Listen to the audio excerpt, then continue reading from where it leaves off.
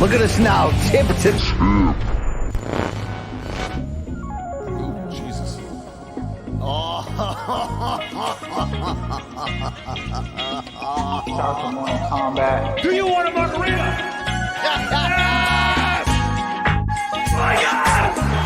Come to us, doing what we love. But it's time to bang. Oh, yeah, it's Friday. It's time to laugh a lot and act weird. Hey, it's Morning Kombat. Get fired up. It's Friday, November 1st, 2024. One day out from UFC Edmonton, and you're looking at the best damn combat sports duo really ever put together. Maybe since Klitschko and Klitschko or War Machine and that lady. I don't really know where I'm going with this, but my name is Brian Campbell, the American Alpha. Thank you so much. You know my co-host right there. From DC with love, one of the best analysts that ever stepped in front of a microphone. It is Luke Thomas. And Luke, we all know from following your work that you enter this show with a heavy heart, but War Barbus, we love you. Hang tough, okay? Yeah, thanks. If everyone looking for an update, I don't have much. I just got off the phone with the animal hospital. Barbus is still alive. I don't know for how much longer.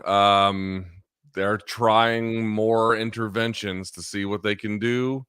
I'll get an update in the afternoon, but as I told my wife, you know, I just can't put him through this again. So one way or the other, this will be his last hospital stay. Obviously, we hope we can take him home for a little while longer, but I just don't know. I just don't know. Yeah, So we'll and it's the toughest spot to be in. We all have the sympathy and understand how hard it is. So keep your chin up. Hopefully, the fam is hanging in there as well. As long as you're willing, Luke, we'll still set the stage here for UFC 308, figure out what might happen as the replacement main event for UFC 310. And oh, by the way, at noon Eastern, welcome in former UFC middleweight champion and one championship vice president, the ace, Rich Franklin. Luke, do you think he'll be upset if I call him an ace hole again? He seems friendly, but I don't know if that's in your best interest. All right. You know what I just found out 2 seconds ago? John Jones blocked me on Instagram, so I was unable to see the post he did that showed that he said this is the first time he's ever voted, Luke. So he just went out and let his voice be heard. You know what? And I'm sure he voted for someone far left wing because that's what people do in MMA. It's a very yeah. So I've joined your club. Hey, where, am I blocked by John Jones on Instagram? Let's see. I mean, like I give a fuck. But, I mean, I was just wondering what his 40s were gonna look like. You know what I mean? And what he thought about it. To be fair, you're gonna have to find out from behind the blocked wall, MFer.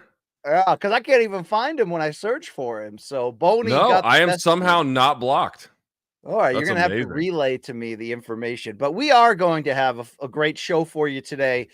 You can obviously like and subscribe here and continue supporting us. There's our social channels along with our very robust YouTube channel. So check it out. I mean, look, what other YouTube channel has an exclusive sit down with Jason Aaron this week besides mine? That's really what I want to know. Did you do that?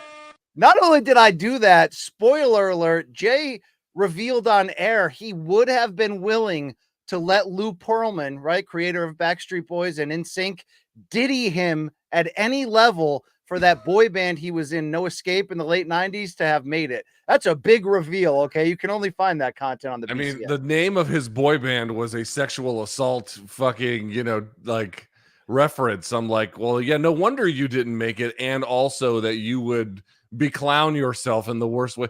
That's really the Jay Aaron experience. What many different ways can he beclown himself?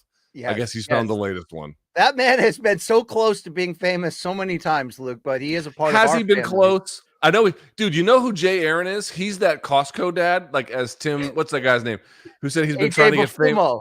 Yeah, he's been trying to get famous forever. Yeah, exactly. You're right. Jay's probably jealous about that, but we did talk about Big AJ and Big Justice, so check that out. But also, you can pick up our merch. This fantastic T-shirt right here, morningkombat.store. You too can be the co-hostess with the mostess, or wear our average Joe Art crossover line. So much more. Check out morningkombat.store, and if you want 10% off, LIVE10 live 10 would be that code. The third member of our team today is one of the finest felines on this planet. He's French-Canadian by origin, but he's number one in my heart. Here's Reginald Jackson. Yeah, Reggie, what do you got for him today? Anything? Are you a Yankees guy? No, I'm a Mets fan. You're a Mets fan. Okay. Yeah, All right. yeah. Well, they lost to the Dodgers too. They did. What a wild World Series, by the way. What a wild. Bro, how is it that this? I mean, I follow baseball very casually. And by the way, Long Island Luke, are you there as well? You got to be the here. fourth member of our team, I'm Long Island here. Luke Ostito. There you go. Hey, are you a baseball guy? I am, and I'm a Yankee fan, unfortunately. Okay, dude, how did it come to? And again, I'm a super casual baseball fan. I watch the Nats. That's really about it. How did it come to pass that a Canadian guy is like the best fucking player in the league? Freddie Freeman. This guy was terrorizing you fuckers in that game or that He series. hit like 4 homers in the series, something crazy like that. He drove had a in grand 16 slam. runs across 5 games, Yeah. dude. What is that? He had their Yeah. number. I don't know, dude. That's some Reggie Jackson shit right there. Yes, Mr. Mr. October.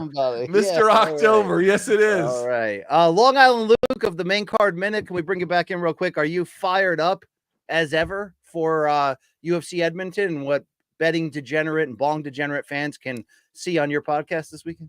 Yeah, I mean, I wouldn't say I'm fired up as ever. It's not the greatest card, but it's a solid card. I mean, it's better than an Apex card. I'll say this. The main and co-main, super solid. Super solid. No complaints. All None. I'm saying is Rose is a dog and Derek Lewis is a dog, and you best believe I'm taking both of them. So. Ooh, okay. Interesting stuff. All Thank right. you so much, Long Island Luke. We'll also be hitting your fan submissions. I don't think we had any dead wrongs this week, but morningcombat@gmail.com is the email address to reach the show to be part of these Friday fan segments. Look, it's up to you. You want to post pictures and tight t-shirts or put up your artwork, we'll play it. And shout out to Boston Scally. Look, do you like my Boston Scally cap or what? I mean, it's making me look No, in fact, I'm guessing you're only wearing it because you didn't shower this morning. I did shower this morning. First time in a few days, Luke, to the big win in my house to finally get under that hot water again. But you know me, it always feels like Christmas break from high school where you just every time this motherfucking cat comes on the screen, I feel like I'm the third wheel on a date. It really gets quite uncomfortable in here. You know, he would make out. Okay, that's wow. Reggie. Wow. That was epic. All right. That is our relationship, me and Reggie, right there. Wow. Dude, Okay. we got to get that out on social. That motherfucker bit your face. Yeah, he did. I felt it. I'm still bringing it. Okay, there we go. All right. We got a fantastic show for you. We want you to get fired up. We want you to have a good time. I don't think we have any ad reads today, but maybe we should just get right into the program. So let's hit it right off the top. Topic number 1 on this Friday. Hey, UFC Edmonton will have to wait because the December 7th pay-per-view in Las Vegas, the final one of 2024, UFC 310, is going to need a new main event. Welterweight champion Belal Muhammad withdrew with a bone infection in his foot. So Luke Thomas, this is interesting right here. Belal out. Shavkat wants to remain in, says he's willing to fight everybody. We're going to get into the Alex Pereira and Magomed Ankalaev portion of this in a second. But straight up, how do you react to Belal posting pictures of that bloated toe and the fact that once again, UFC is going to have to scramble here at the last minute? MMA has such a high attrition rate. It really becomes insanely difficult to plan around. It becomes very difficult. Like you can just see the UFC's aggressive calendar literally cannot be met. Now, they're able to meet it because they have this substitutability along the way. It's almost like the NFL. It's a next man up kind of league, so to speak, right? You have to have all these reserves on standby just to meet that kind of calendar that they have. There's really no other way. So, you can make comments. We've made it a million times about do they have too many events or do they not? But in this particular case, I know that there were some folks because, yes, guys get out there and they're like, I want to be active, and then they get injured. And they're like, I want to fight 4 times a year, and then they get injured. And, they can't really seem to make it to the finish line. It's absurd, given what he was up against, to expect him to fight. Now, it's not just a toe issue. That if you have a bone infection, that can spread very easily. He was on antibiotics, dude. I mean, I remember I was on oral antibiotics for 2 months. If they're putting an IV in you, that's like, they'll do that if you're like a diabetic and you can't, you can't take oral antibiotics all that easily. But yeah, I mean, look at this. Like he had a terrible situation. There's the toe. I mean, that thing is gnarly. The whole foot is kind of swollen there to a degree as well. he can't compete. And if you've got a pick line in, man, they're trying to put the antibiotics straight into your bloodstream when something like that happens. So he won't be able to train for 6 weeks. And yeah, that's pretty gross too. But it's probably more than that when he'll be able to get back to normal. So like, I don't know if I would not typically, if they're going to bring an interim title into play, the general rule of thumb is that the champ's going to be out a year. I do not anticipate that the champ will be out a full year. That seems to me a little bit lengthy. So there's not really a strong case to do an interim title. However, I wouldn't mind it, in part because, BC, the winner of that match, when they ultimately fight Belal, will get pay-per-view points as a result. It's an easy way to kind of backdoor money into the situation. So it's not totally justified, but I wouldn't hate it. I hope Shavkat Rahkmanov can stay on the card. Yeah, as far as interim titles go and the UFC's occasional ability to bastardize them by throwing them out unnecessarily, do I want an interim title match between Volk and Diego Lopez at featherweight? No, the champion is active and ready, but I wouldn't hate it this time. So let's see that immediate response from Shavkat Rahkmanov regarding his intention. He says, is on Twitter. He says, wishing Belal a quick recovery. We'll meet you when you're back at 100%. For now, I'm ready to take on any contender for the interim title at UFC 310. So, Luke, are you going to join the cynical crowd that maybe never loved remembering the name and says addition by subtraction? We got Belal out of the title picture. Now let's see Shavkat against the next guy in line. Or was that cruel and unnecessary punishment for seeing someone's foot for the UFC, not under the guise of OnlyFans for the first time? Yeah. Also, how many times has a toe been an issue this year? Alex Poetan had an issue. Connor's issue was a little bit debatable. Alex didn't have an issue, Luke. Alex kept fighting through it. All right. Okay, but he had to fight through it. I mean, it was something that could have potentially, it wasn't, but it was a risk factor that it was involved. Connor had an issue, and now this. Like, everyone, take care of your digits, for crying out loud. I will say though, BC, the fight between Belal and Shavkat had merit. One, because it was a title fight, so by definition it has merit. Two, I do think it's actually a pretty interesting style fight, but it's not unfair to say I don't know if people per se were super excited to see Belal in action. However, if you were to sub in, now it's Shavkat Rahkmanov versus Colby Covington. I wouldn't want to see that for an interim title, but I wouldn't mind seeing the fight. Shavkat Rahkmanov versus Ian Gary. Shavkat Rahkmanov versus Joaquin Buckley. There are a few options. Jack Della, baby. Give me that Jack Della. Jack Della for an interim title, I would be completely on board, because either of those guys you would imagine are going to fight for a title eventually. Anyway, well, Shavkat's already there, but you know what I mean? Like, Jack Della was right behind him. So I would be very much on board. The point I'm trying to make is, with any of those permutations, you don't have the full weight class title up for grabs, but you actually might get a fight that excites certainly the hardcore fan and potentially even the casual fan a lot more. UFC can turn, chicken shit into chicken salad. Yeah, so here's the question with the UFC. Are they going to give a young rising fighter like the two we mentioned, Ian Gary or Jack Della Maddalena, an opportunity to fight this killer Shavkat, and one of the two are going to become a star on this night? Or do we go back to some of the old favorites, meaning former champion Leon Edwards?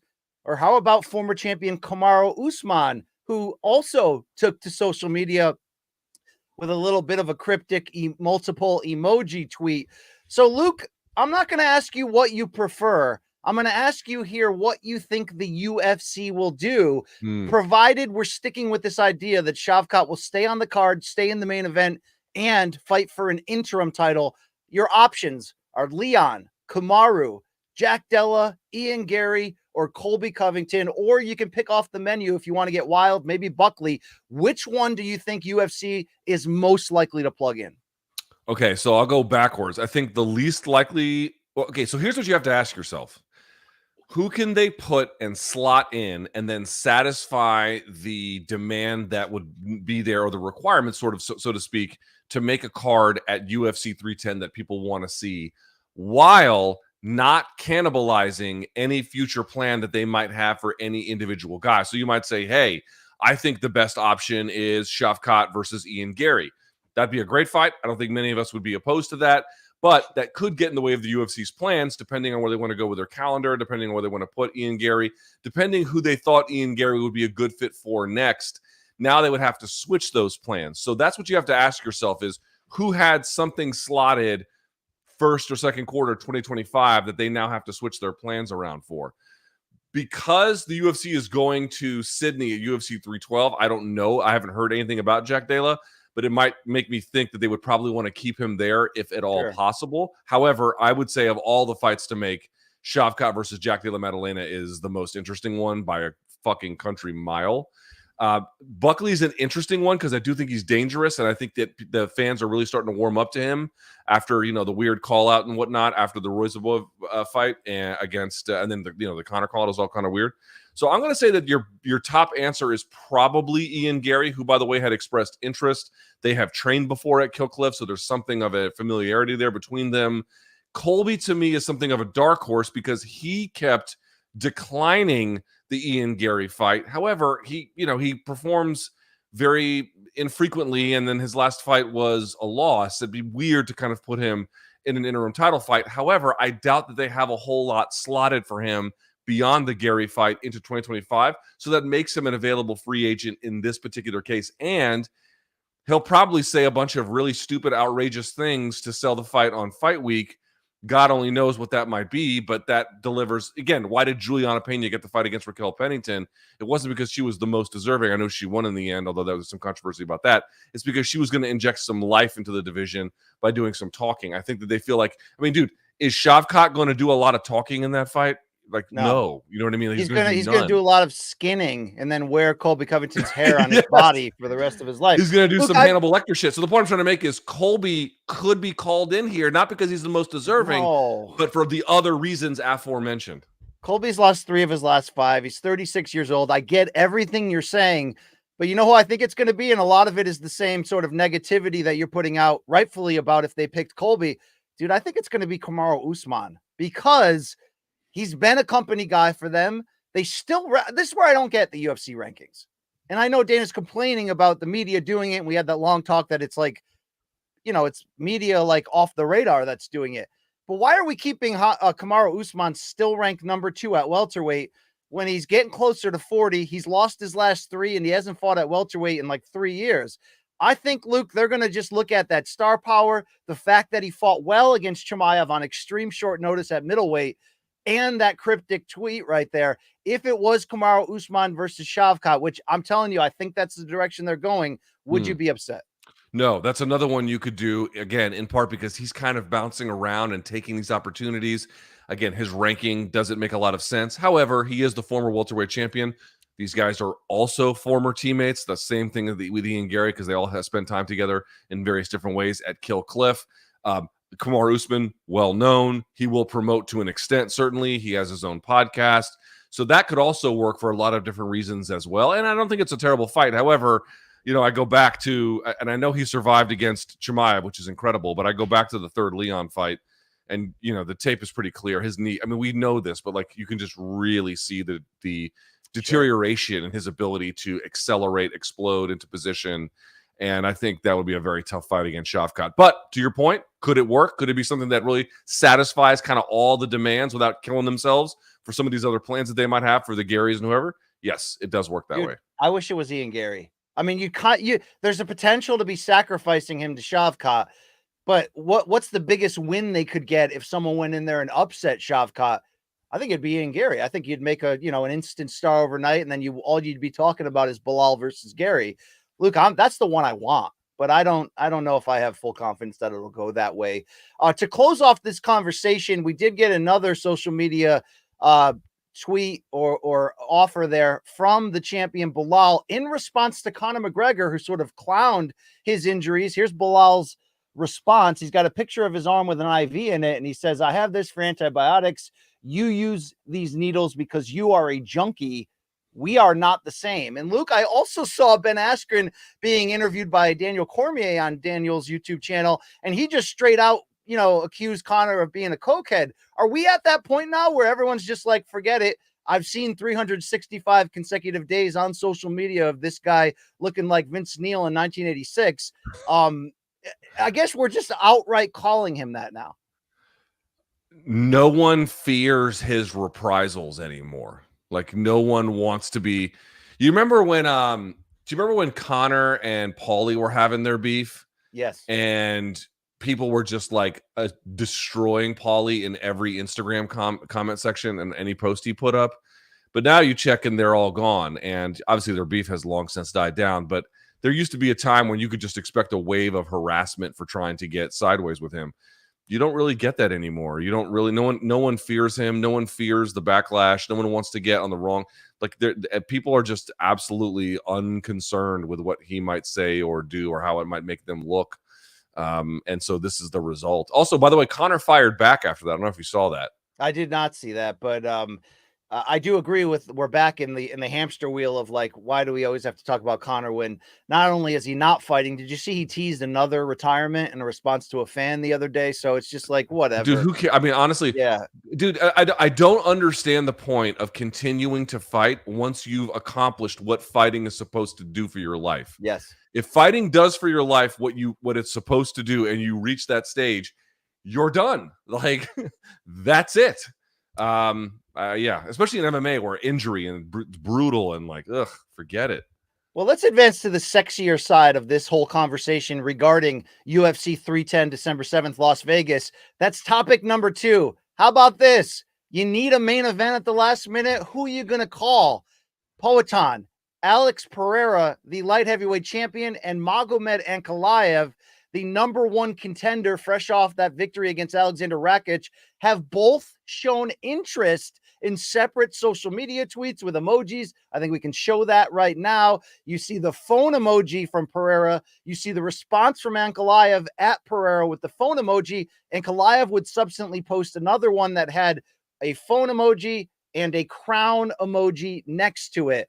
So MMA Mania, for whatever that's worth, is already reporting that UFC has reached out to Pereira about this possibility of a short notice return.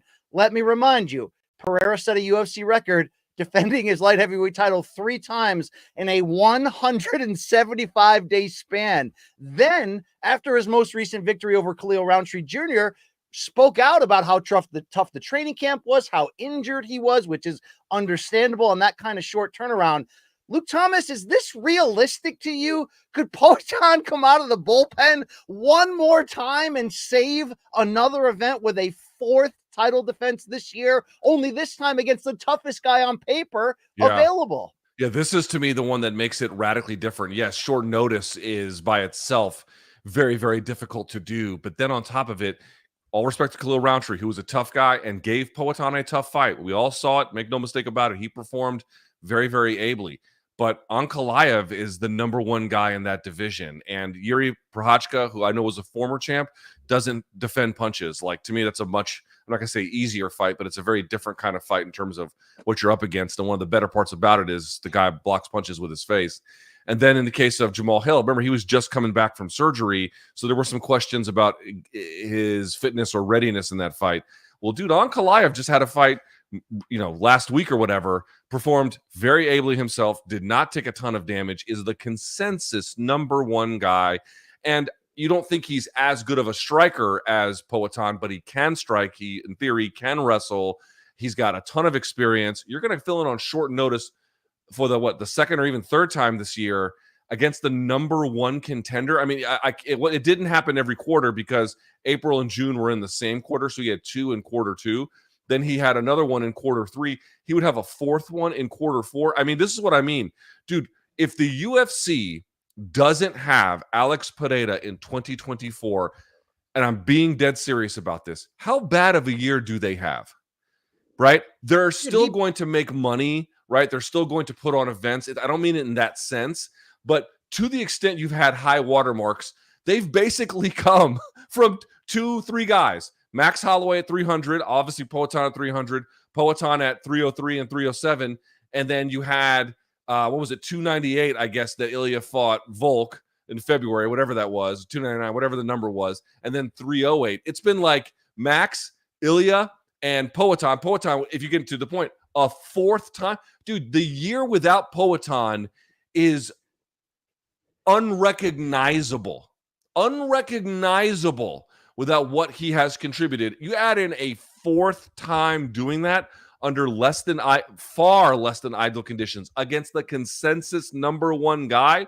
Holy shit, man. Well, look, it's not just it's not just 4 times this calendar year. If you go back 12 months from now, 1 year ago, you'd get to November, which is when Poatan bailed out the UFC at MSG when John Jones got hurt and the Stipe fight couldn't happen. Then let's not forget, he was a relative last-minute pick for that UFC 300 main event. Bails out Conor at International Fight Week, comes back to headline an in-between Salt Lake City pay-per-view that needed him. If he comes back now in 2024, right? This sport was built upon the idea of what we now call throwback warriors, guys who would fight 3-4 times in one night under the original tournament format. Seriously, Luke, what would it say about this man in 2024, all these years later, advanced into his late 30s, not even 3 full years in the organization? If he comes back, forget wins and losses here, just physically shows up and bails them out again, he's the ultimate throwback. There's no comparison. There already was no comparison to the unique career he's having in that short of a time and how he's transitioned and just taken to the sport. But he's not like, no, I'll come back, but only if I can fight some aging middleweight who's blown up. He's like, yeah, I'll fight Ankalaev in theory. That's what we think in theory. Dude, how do you put that into words? Not just what that means to the UFC, but what that guy's made of. Dude, I mean, you know, we all talk about how he's got the resemblance to like the Easter Island stone figures, but to me, he's more Iron Man Tony Stark than anything else. He's a fucking Iron Man. He comes back, he's already Iron Man, right? But you come back a 4th time, and I know I'm when I say 4th time, I mean just within 2024, because I realized that in November 295, he bailed him out to the point that you raised. But this is the point I want to make. To me, it's not a coincidence that like when the UFC needed to bring Izzy back on a continuous calendar, it wasn't this insane, but, you know, keeping him very, very busy, he was able to do it. And here you have Poatan doing the same thing. I mean, I'm not a kickboxing expert by any stretch. It's probably the weakest part of my combat sports knowledge. But one thing I have picked up from that is that, one, kickboxing is a rematch sport. You see it all the time. And obviously these one-night tournaments are pretty big in kickboxing as well. The point I'm trying to raise is the guys who can excel in kickboxing, yes, they have to have a lot of ability, but they have to have a lot of natural durability as well. They have to be able to make quick turnarounds in order to compete under the model that the sport has traditionally adopted, or at least in certain ways it has adopted. And so the guys who can just be ready, the guys who can be fit, the guys who aren't super limited, they don't get injured a lot, and to the extent they get injured, they're not necessarily as hampered by it as other people.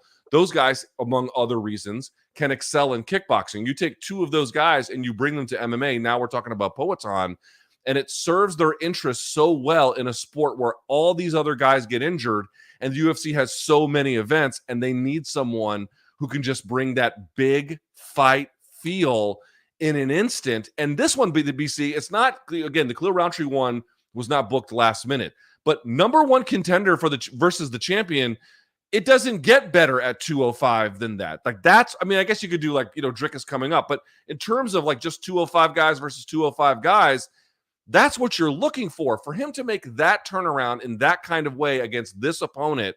And, you know, let's just imagine a scenario where he KOs him inside the distance. Jesus Christ. You're just talking about a guy that, to your point, he's not a throwback fighter. He's a fucking unicorn. He's a unicorn. He is. And you brought up the name of Jesus, who never tapped, by the way. I want to remind you for that. But I also want to say this, Luke, for all the fun we had debating the Fighter of the Year debate and how large your erection for Ilia Topuria has been, and whether it's actually reached past the state and country lines of Georgia, and I'm not talking about Atlanta or Big Chicken.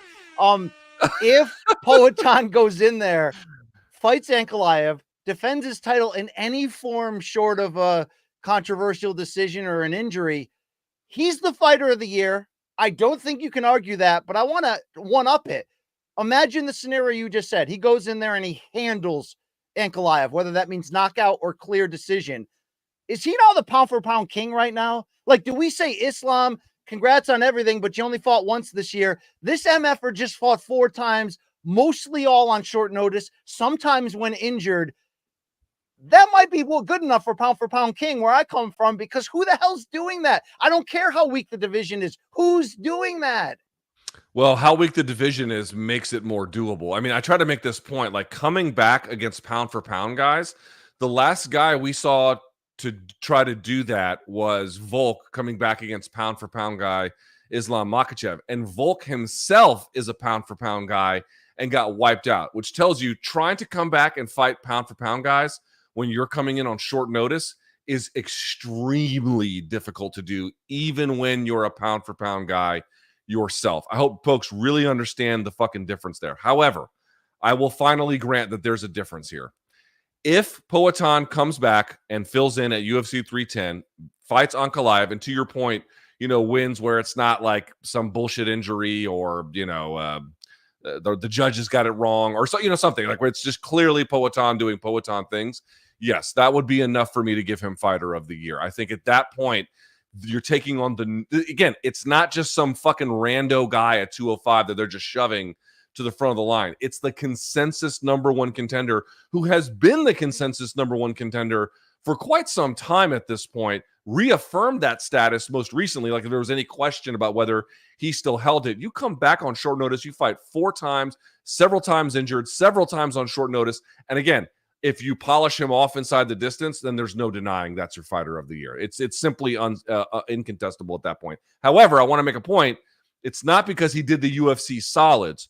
You're gauging what they accomplished inside the cage in a calendar year. That many times going up, climbing uphill, and then just shining at the top of it. You do that against Ankalaev in 2024. That's your guy. I'll admit it. Pay that man his money. Give him all the Nelk Boy bags. Please, Dana. This is your guy. As great as Topuria is, and I want Topuria against Makhachev like a something serious, even though I don't think the fan base agrees with me. Make Poatan your king. Luke, I've got one more Poatan-related scenario that I saw fans posit on X. It's crazy, but I want to get your thoughts. What if Dana calls up John and Stipe right now and says, look, be real with me. Forget about negotiating for the future. Are you MFers retiring or not after MSG? And let's say they both ultimately reveal, yeah, John says I blocked BC on Instagram. He deserved it, but I'm not willing to fight Aspinall. What do you think about UFC booking Poatan versus Aspinall for the vacant heavyweight championship at UFC 310? I hadn't heard that. It's wild. That's video game stuff. Well, is it vacant? Okay, so hold on. No, it wouldn't be vacant because if John vacates it, the interim champion assumes that role. You move, like remember in boxing we call them email champs because you get an email from the sanctioning body that you've moved into that role. Okay, so get the word vacant out of there then. Yeah. What about that idea? So it would be champion Aspinall versus Poatan, UFC 310. I don't hate it. I really don't hate it. I don't know how competitive that is, but I don't hate it. Yeah, something like that. I feel like you got to build, or does that not matter? Seriously, does that not matter anymore? The idea that the old school pay-per-view model that we need 4 or 5 months to properly build a fight. The UFC has trained the fan base to care about that less. What I would say is the better you promote a fight, the better it does. The UFC is somewhat insulated from having to do that by virtue of the way they have constructed their business. But it will always be the case that the better and longer you promote a fight, not just longer, but, again, you promote it well, and the more time you put into it, the better it will do. However, the question you asked was, do they need to do that?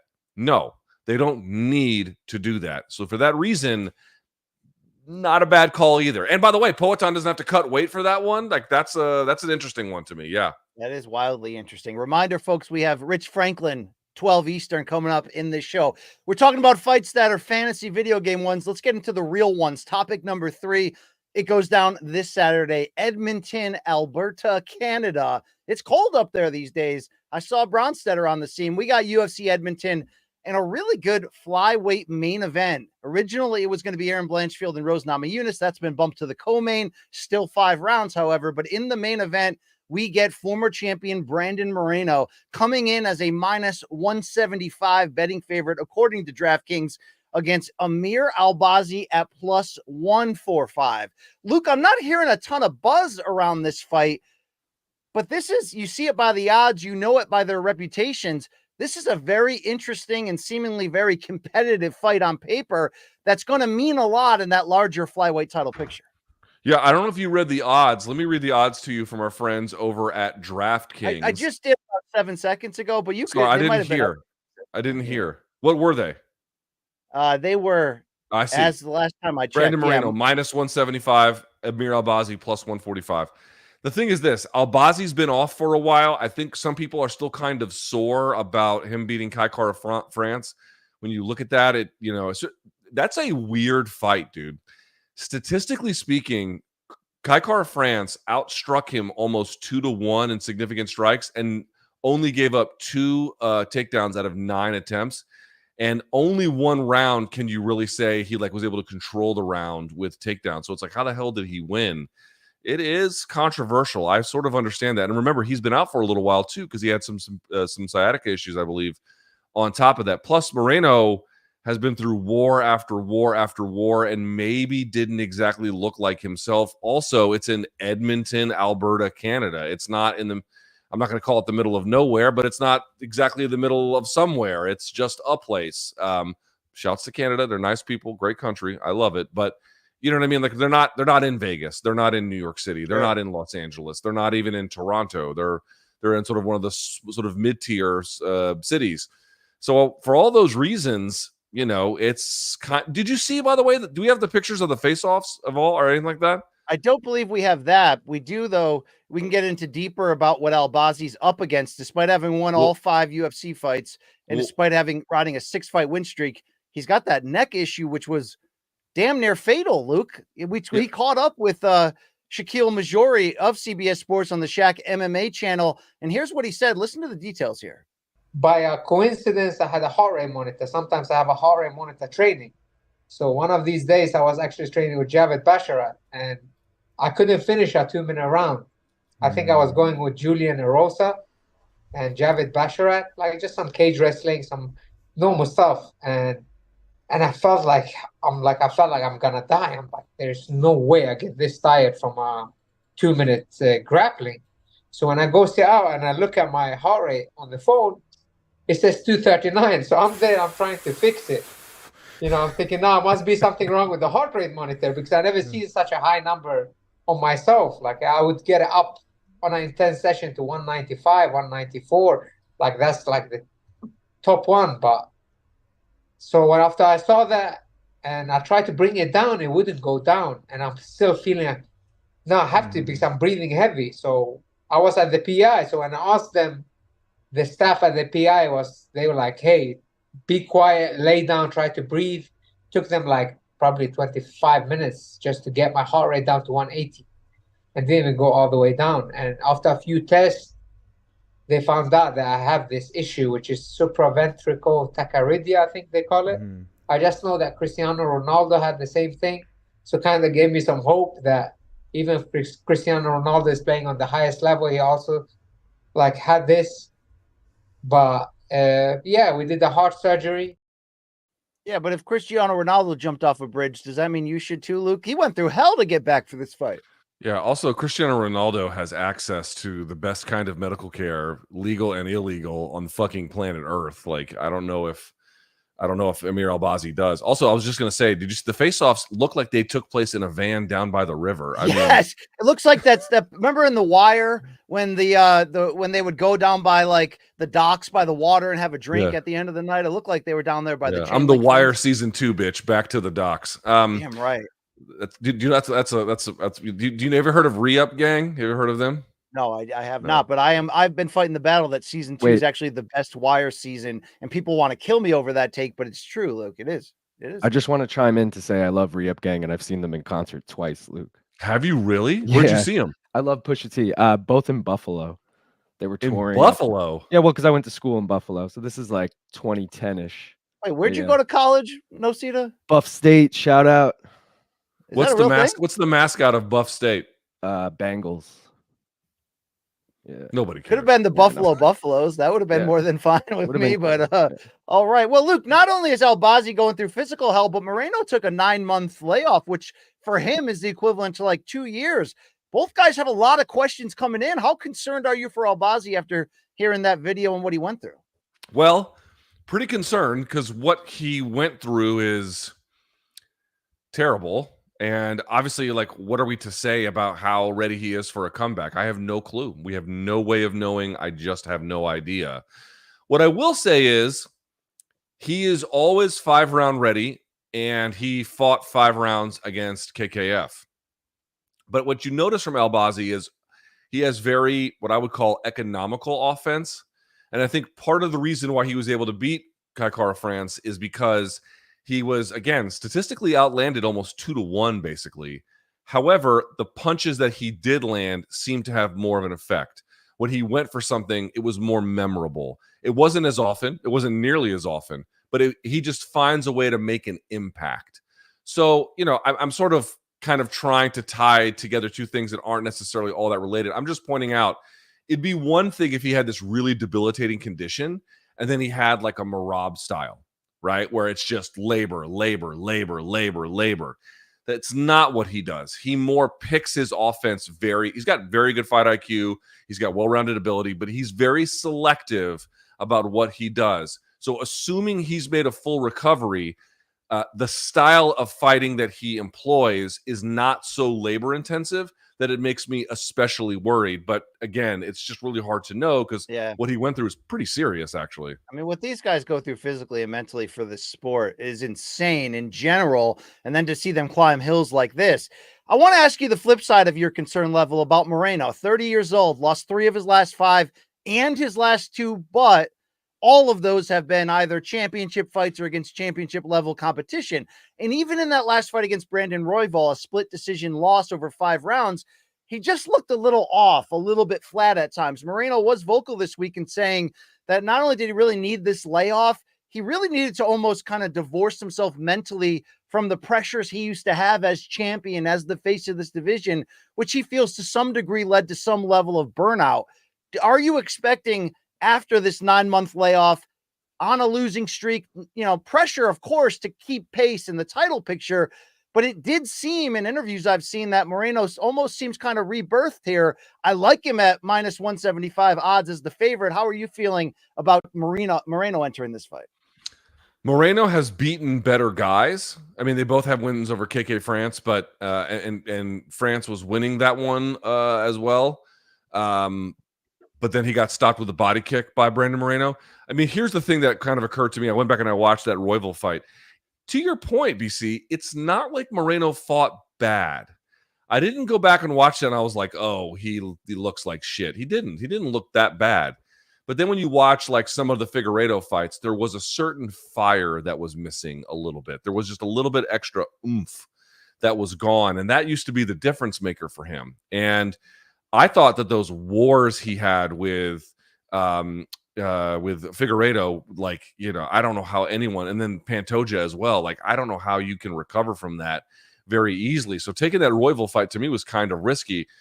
I don't see it as in any way bad that he took this time off. In fact, I think it can only be good. The one thing I will say, though, is just because he took the time off doesn't mean he's all the way back. In fact, from layoffs like this, even when they're needed, like, okay, the right thing to do is take time off. But you can still come back and still be a little flat. It can take another fight or two before someone really gets that the same kind of competitive spirit that they once had after these really, really difficult contests. So I'm glad he took it. I think it can only help him, but that doesn't mean he's all the way turned the corner from some of the problems he was having previously. Yeah, I'm with you on that. When we look at this fight, I feel like we're going to see a 5-rounder here. I feel like we're set up for that. But if somebody's got bigger finishing potential, do you think it's Moreno in this point, or do you like Albazi's ability on the ground? Albazi nearly finished KKF with a choke. He's got some finishing ability, but for sure it's Brandon Moreno. Brandon Moreno can do so many different things. He's historically been a little bit more of a risk taker, which means he might have a higher probability of finishing, but he might also have a higher probability of having to fight out of bad positions and or give up some rounds. But to the extent that someone gets finished here, again, MMA is crazy, but the likelihood of that favors, I think, Moreno a little bit more. He's just a little bit more of he brings, when he's at his best, a little bit more intensity and ferocity to a fight, whereas Albazi brings precision, control, measured. You know what I mean? It's a very different kind of way of fighting. Yeah, no doubt about it. When we look at the title picture at the moment, the champion Pantoja will be taking on newcomer Asakura in December in the co-main of UFC 310. Brandon Moreno enters number 2, Amir Albazi number 3, KKF at 4, and Tatsura Taira coming off the defeat at number 5. Luke, are we looking at the winner of this main event on Saturday getting the winner of that Pantoja title defense in your eyes? Especially, actually, you know what? Either way, yes. Albazi probably, I just don't know how you could deny him. I guess you could say if Moreno beats Albazi, well, do you want to see another rematch with Pantoja? Or again, if Asakura wins, who knows? But I know he's a bigger star, so if he gets a win over Albazi, he deserves it too. I'm just saying, if it ends up being Pantoja, do they really want to run that one back again? Even though that was kind of exciting, they may want some fresh matchups in there. Sure. But yes, I think the answer is yes. Either way, the winner here should get a title. So they would get past Royval at number 1 because he had lost twice to Pantoja already. Or do you think that if Asakura wins the title, you go Royval next? It's interesting. It's up for grabs. I think if Asakura wins the title, which by the way is by no means out of the realm of possibility, especially if he finishes him off with strikes, God bless Pantoja. I have seen people be like, Pantoja is part of this boring problem that we have in MMA. I'm like, what fucking fights are you watching? Yeah, you're not with it. Whoever said like, that, that isn't even close to true. However, he has not captured the adoration of a wide swath of the fan base. So if Asakura goes in there and blows his brains out, I don't know if they're going to give him a rematch, dude. They might just say, fuck it. We're moving on to somebody new, Here we go. Hey, Brandon Royval, friend of the program, stay by the phone, all right? Stay in shape. Stay raw dogging it with your 4 condom. Kids? No, 4 kids with 6 baby mamas, which is one of the better gimmicks in this game. All right, prediction time. I got Moreno, Luke, unanimous in a pretty damn good 5-round fight. Where are you leaning Saturday? Man, so many questions in so many different directions on this one. I'll go Albazi.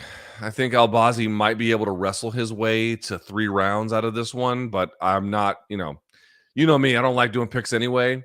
But I think Albazi might be a bit of a controlling problem for Moreno, unless Moreno's all the way back, in which case I think he could overwhelm Albazi pretty easily. But gun to the head, I'll take Albazi.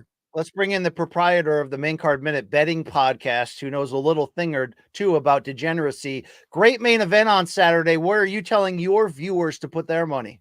I have the alternate total rounds, the over 2.5 in a parlay. I'm parlaying it with the Machado Ribeiro, fight to not go the distance. I will say that I like Moreno by decision if you're just looking for a straight prop. I believe it's plus 140 on DraftKings. So. Plus 140 that's pretty good bet. That's all right. Yeah, that's all right. Yeah. Pretty good stuff there. Hopefully you get a lot of donations, No Seda, this week. Okay. Continue to shout out indeed. All right. Thank you, Reg. You got to stop. We got a show to do. Okay. You got to go live your life. Thank you. All right. Let's get into this co-main event, Luke. You know me as a fan. This is like my Super Bowl. I'm fired up for this women's flyweight bout. I think with some legitimate title implications in it.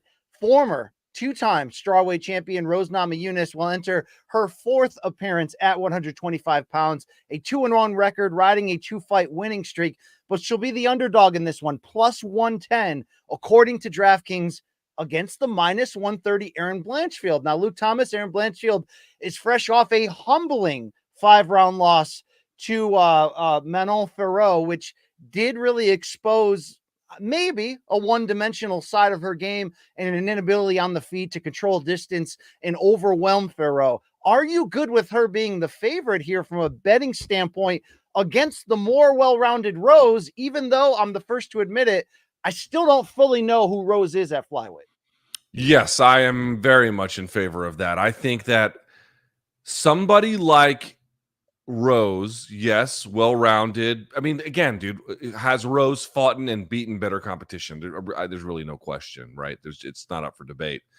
But Blanchfield, with her youth, I think the Fiorot fight was a big learning lesson. To what extent she's learned them, we'll find out.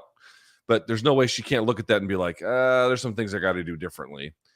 But more to the point, dude, an in-your-face, hard-nosed style, she's going to take rounds off a lot of fighters that way, whether she wins or she loses. In other words, she's going to, you know what I mean? Like that style it's not going to guarantee her a win, but the longer fights go, the more she's just going to bank rounds just by taking the fight to people, just by being that person in front of them, forcing them back, making them wrestle. Fiorot had a good answer for it, but Fiorot's got a pretty, physically, she's good for the weight class, and she's got this real ability to negate that particular kind of style.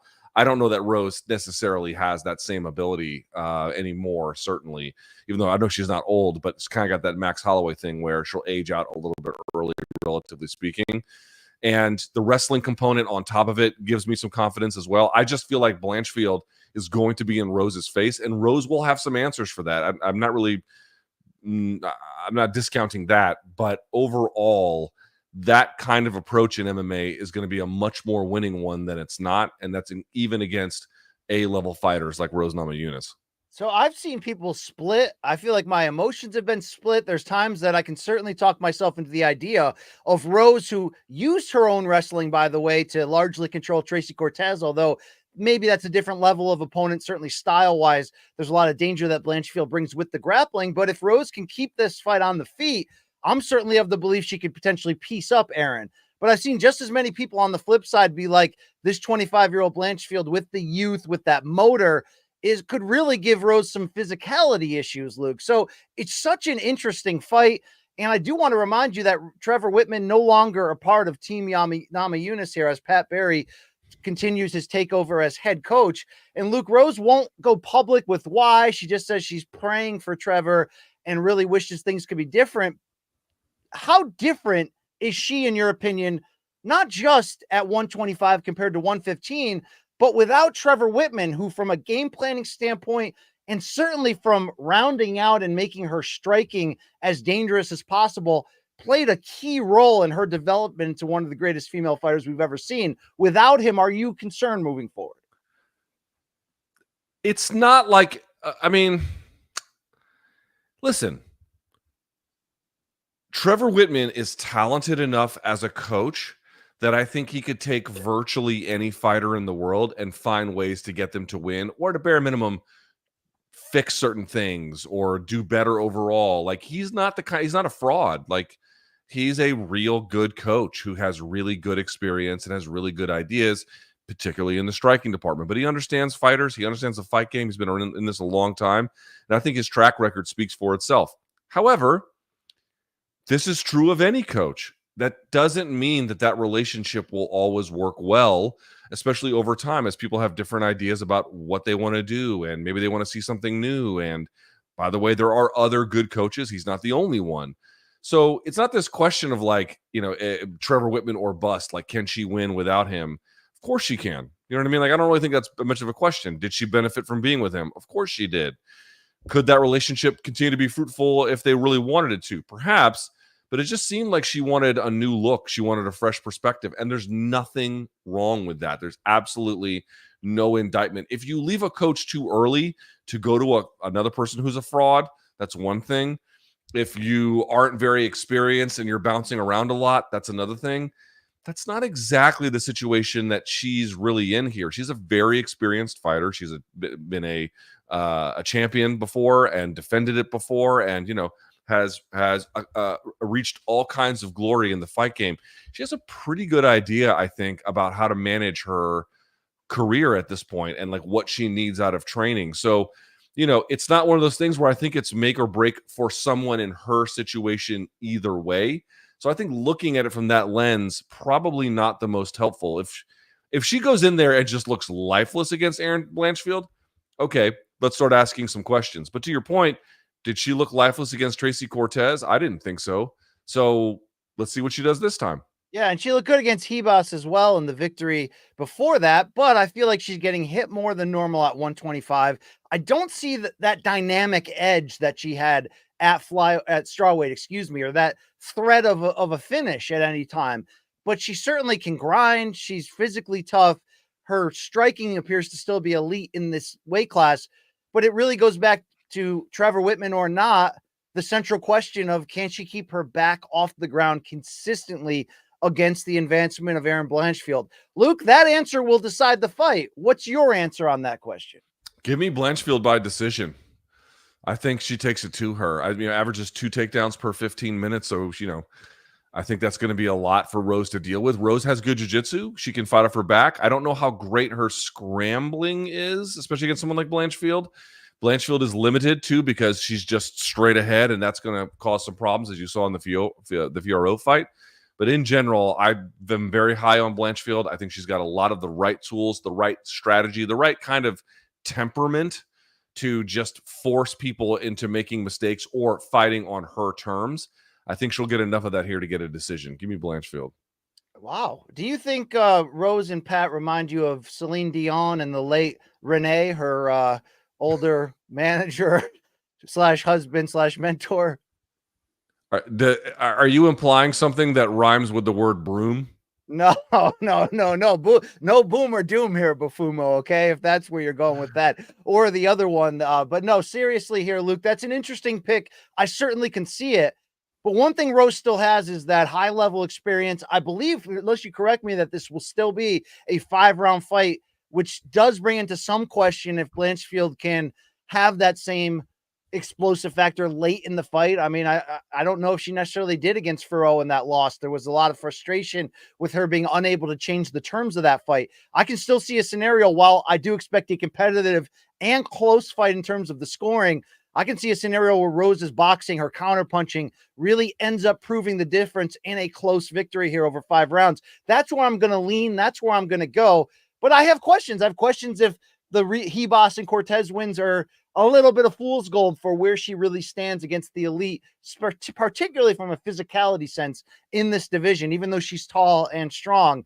So I like that we're split here. I'm going to still lean with Rose. Nocito, where are you going with this? Because by the way, it is 5 rounds. It's a 5-round co-main. This is a wonderful fight. I'm going with Rose just because she's the dog. I got her at plus 122 earlier in the week. She's plus 114 on DraftKings right now. Yeah, man, it's a toss-up. It could go either way. I think you're both correct. I think it definitely goes the distance. Erin by decision plus 140, Rose by decision plus 180. I think are both great bets. Bro, you love dogs, man. I've seen that. You love dogs. Luke, it's main card minute. The best plus money bets in 60 seconds or less. Plus money, dogs. Fair enough. He started using the N-word just because of Dog the Bounty Hunter. It just all right, loves dogs, chill with that. all right? I used to intern on Dog the Bounty Hunter. Funny enough, I used to have to log all the footage from Dog. Did the you Bounty really? Hunter. Yes. Yeah, in college. That was my How many job. times did you have to edit out anti-Semitic? I didn't or have to racial edit slur? anything. I was a logger. I literally would just like watch the footage and then describe essentially what happened and what characters were in it, and then send it off to the editors. Dude, the entire premise of this show, it's a white guy who looks like a raisin that someone stapled like the end of a broom handle to on his fucking head, and he just chases poor people around Hawaii with a fucking the kind of thing you hunt wasps with. You know what but I mean? he does it in the name of the Lord, and he just wants to keep people off of ice. You know what I mean? I wish he could track down Governor Penn and save him too, Luke. And dude, his wife had those bazongas the size of two fucking golf carts. You know what I mean? R.I.P. Beth. Indeed. Let's talk about the title. Yo, she died. Yeah, he's remarried. Yeah, can you show some love? He remarried? He did. Yeah, like I didn't know she died either. Yeah, you see, I used to love that show, so I was big into like the extended family. I still follow them all on social. Doesn't mean though that I speak that same language that him and Hulk Hogan do, even though they kind of look alike. Let's talk about the title picture instead here at 125. Shevchenko regained the belt. Grasso, your number 1 contender. Fiorot at 2 will get the next shot, we all believe. Blanchfield comes in at 3, Macy Barber 4, and Nama Yunus at 5. Luke Thomas, Rose has told everybody, including Shaq MMA this week, that the competitor, the meritocracy believer, the integrity side of her doesn't think, even with a spectacular win, that she should pass Fiorot because they fought 3 fights ago and Rose lost. But she did say she's trying to steal the show and she wouldn't be upset at crashing that title picture. So here's my question to you. Let's say Rose wins and let's say it's impressive. Does UFC press pause on Fiorot's rise and just get a celebrity matchup, 2 potential future Hall of Famers here in Valentina and Rose when you have the chance to do it? Do you just do it no matter what? What's your take? I don't think so. In part because France is an important emerging market to them. Fiorot is French. You know, I don't think she's got a super fan-friendly style, to your point. She's not beloved like Rose, to your point. She doesn't have the history with the fan base, to your point. At the same time, her case is not pretty strong. It's the strongest. So, you know, they could always go in that direction, but it would feel like quite a betrayal to not give Fiorot what she's earned. Fight game is brutal, man. You got to give people what they've earned. I think that they will. Indeed. We also have a heavyweight tilt worth watching as Derek Lewis comes back. He was supposed to fight Alexander Romanov. He would tell me this week on the BCX that Romanov didn't want to fight him and the UFC assumed it would be boring. So both fighters stayed on the cards. They're going to get separate opponents. However, Derek Lewis is going to come in as the underdog despite being fresh off of a knockout win to redeem himself. He will be plus 145 according to DraftKings against former Glory kickboxing star Brazilian Johanna Diniz at minus 175. Luke, do those odds accurately show you what we're up against here in this heavyweight fight as the 39-year-old Lewis looks to extend that UFC record for knockouts? I think the questions about Derek Lewis are fair and pretty reasonable.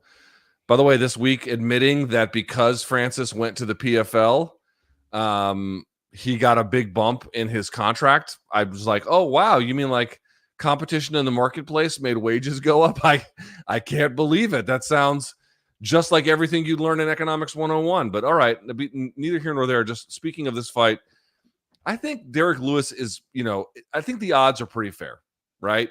Where, to your point, Denise minus 166, according to our friends at DraftKings, and plus 140 for Lewis. He's in any fight with any of these guys, but I don't know he's at the stage anymore where you can there was a while there where you didn't have to worry about him beating this level of guy.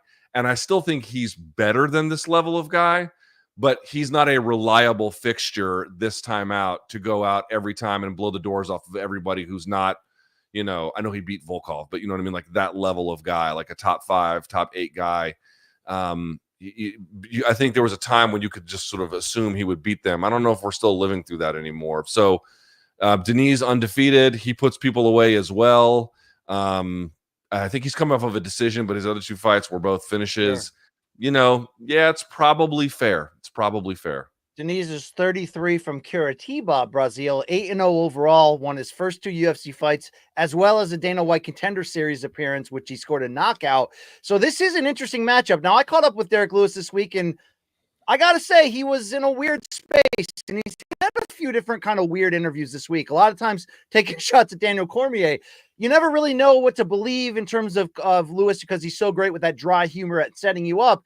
But Luke, I got him this week, and I tried my best to do dental surgery and get him talking about anything, and he just seemed to not care. Now, that wouldn't be against his brand. He'll always tell you, I'm here for the money. I'm not about anything else. I only want to be with my family, and I believe him in that regard. But he really didn't seem to care about the matchup, the opponent. The only thing he seemed to be happy about was that he didn't have to do 5 rounds this time, so maybe that means he didn't have to train as hard for the cardio.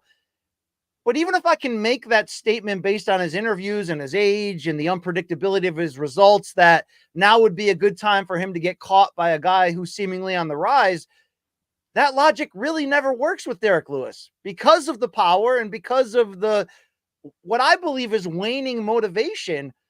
He is kind of a weird lock from a betting standpoint, because every time you think he's about to break through or that he should step up and get a win, I think sometimes he might defeat himself mentally. I certainly saw that in the Cyril Gane fight in his hometown, although Gane was certainly on a good run right there. But it's such a shit show in trying to predict what we'll get from Lewis here. I don't really know which way to go right now.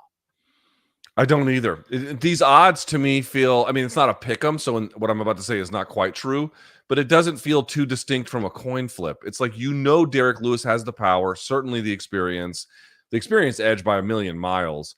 You know what I mean? Like, he should be able to win this. But at the same time, he's been somewhat inconsistent, and he is getting older, and I don't think his chin is quite what it used to be. And sometimes he makes donk mistakes. You know what I mean? Like, there's just a few different ways you can look at this and be like, yeah, I could see Denise having a moment here. So I don't think it's wrong to pick in either direction, no matter what the odds may say. But again, having questions about Derek Lewis is not unjustified. It seems quite normal, given where we are.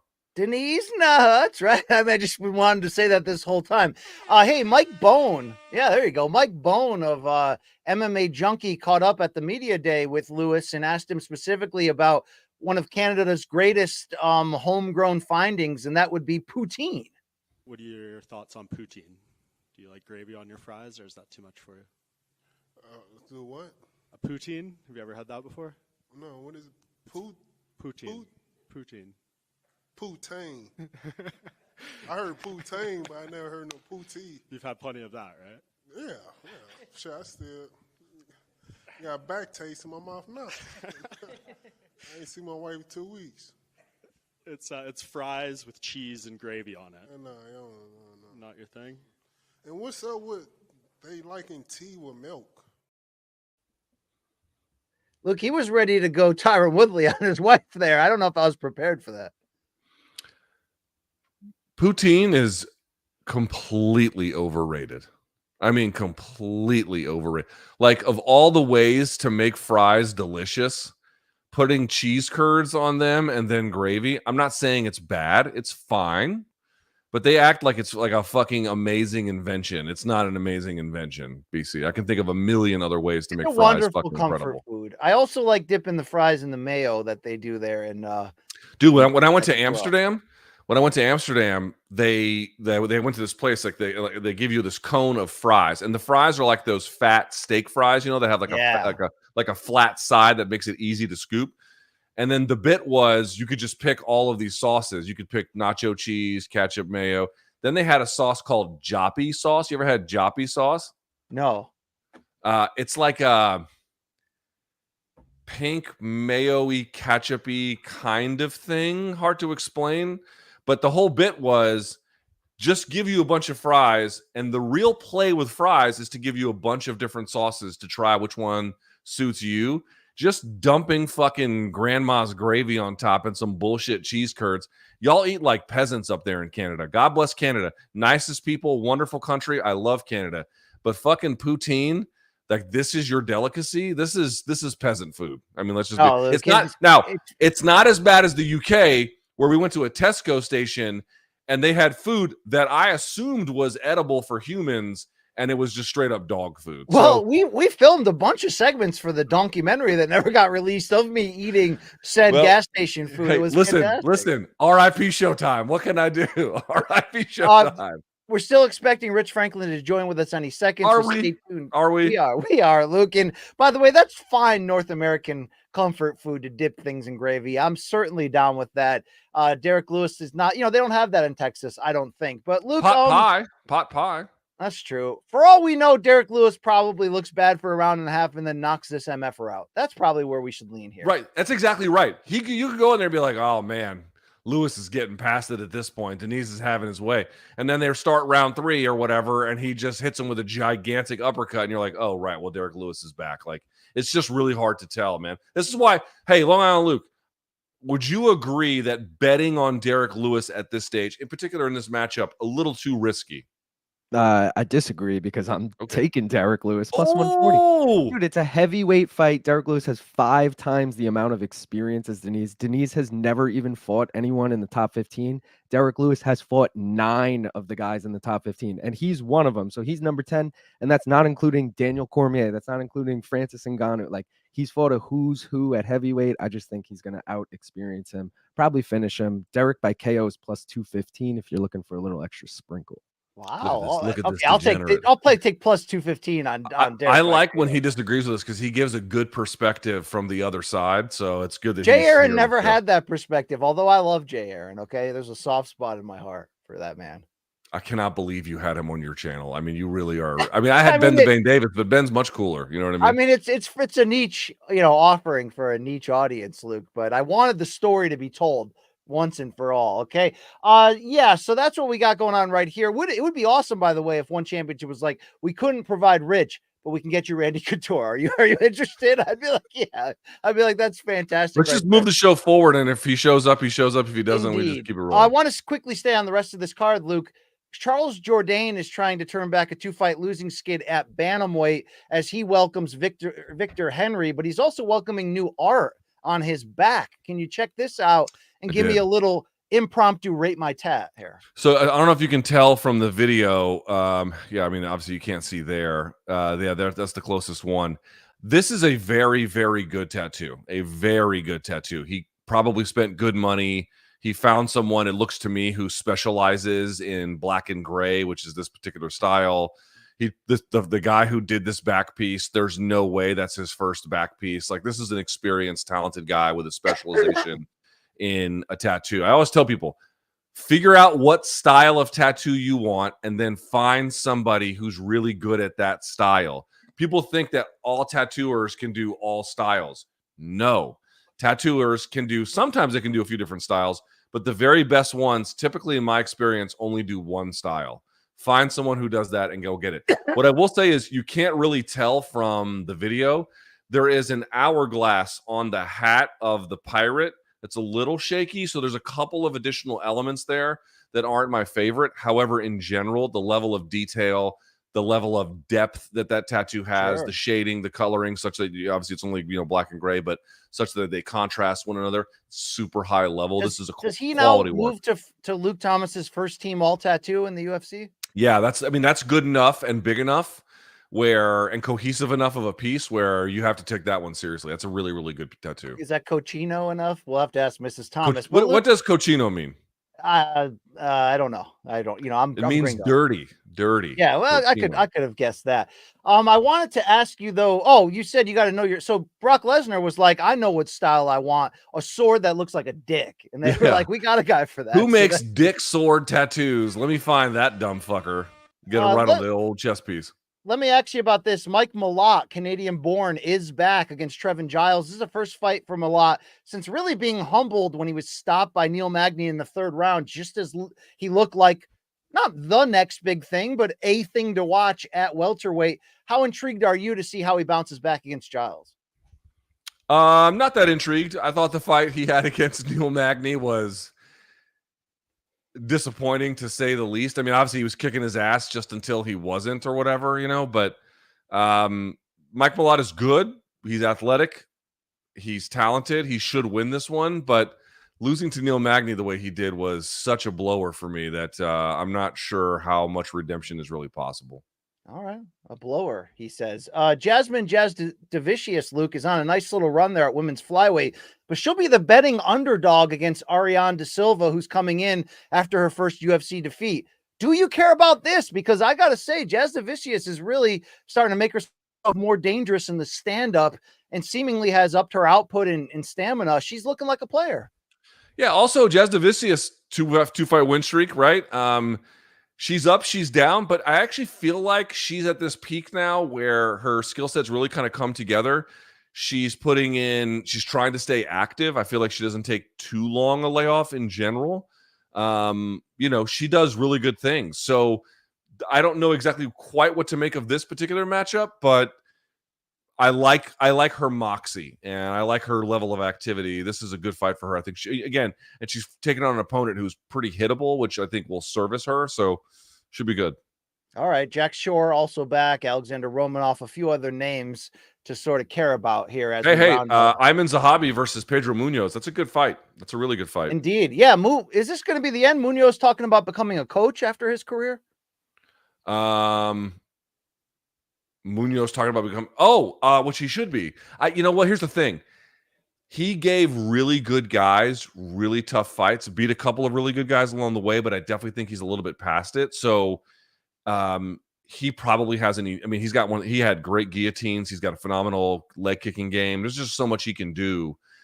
I definitely feel like, I don't know how much time left he has in fighting, but he probably has a lot to offer into the coaching realm, and I look forward to seeing him transition there. All right, sweet. Let's go to topic number 4, Luke. It involves the UFC middleweight champion, Dricus du Plessis, who being interviewed by Radio Raps, it looked like a bar sit-down setting. I don't know what country that was in, but DDP had some thoughts.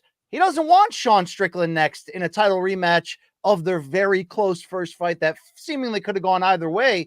He wants the hot number, the unbeaten Khamzat Chimaev. Let's watch the video and then we'll respond. We always knew that if between Rob and Khamzat, if there was going to be something exceptional that happens, there might be a change in the title fight.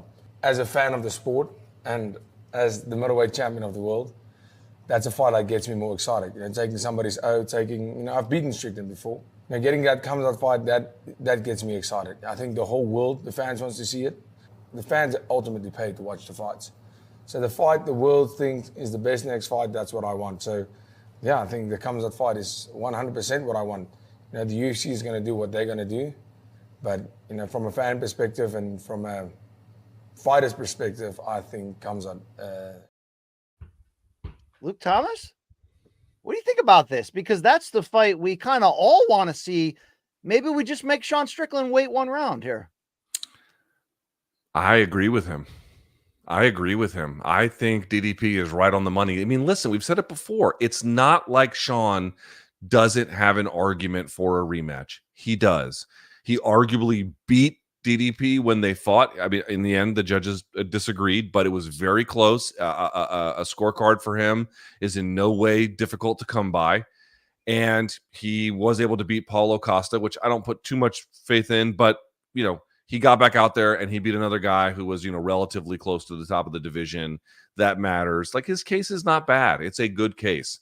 But the thing is, Khamzat just went in there and bulldozed Robert Whittaker. Like, that is beyond exceptional. That is extra level. We keep talking about what if they go in there and do something special, to the point that DDP himself just raised in this video. What constitutes extra special? Dude, if blowing the fucking doors off Robert Whittaker and I'm not exaggerating, quite literally, at least temporarily, rearranging his face isn't meeting that threshold, then nothing does. You're talking about one of, if not the highest marker of quality in the 185-pound division, and Khamzat dispatched with him like he was fighting you or me or something like that. Just insane level of brutality, insane level of efficiency, insane level of dominance, a statement beyond statement beyond statement. And it's a fresh matchup. It's an interesting matchup. I totally agree. And by the way, respect to DDP, dude. He's not doing one of these bits where he's like, you know, yeah, you got to give the guy who was the former champ, you know, like he's trying to equip. Like, you know, listen, Merab can fight who he wants to fight, and they can work that out with the UFC. But the fact that he's been like trying to stiff arm Umar this whole time has definitely put a bad taste in my mouth about, like, and it kind of signaled, I tend to think that Merab just wants no part of Umar Nurmagomedov, and I understand that because I think Umar beats him. But, you know, he's been really weird about it. Dude, DDP is like, bring your ass on. Let's see what you can do. Like, no hesitation. Salute to DDP. Picking the tougher fight, in my judgment, picking the more dangerous fight, in my judgment, picking the guy that the people want to see him fight, sure, and doing it without hesitation. He's a champion for a reason. Yeah, I'm down for that. I don't think he's running at all from Strickland. Or I think, you know, he basically said, look, I'll fight him next after that, but let's take the hot hand. Let's take what the fans want. DDP would go on to tell ESPN's Brett Okamoto that all the conversations he's been having with the UFC have been about a Strickland rematch, but he said there's a reason why he never signed it yet. I think he, like everybody else, wanted to see the results of this fight, and he got the result he wanted. Credit to him for saying, all right, tough matchup, a guy on fire. Let's do this now.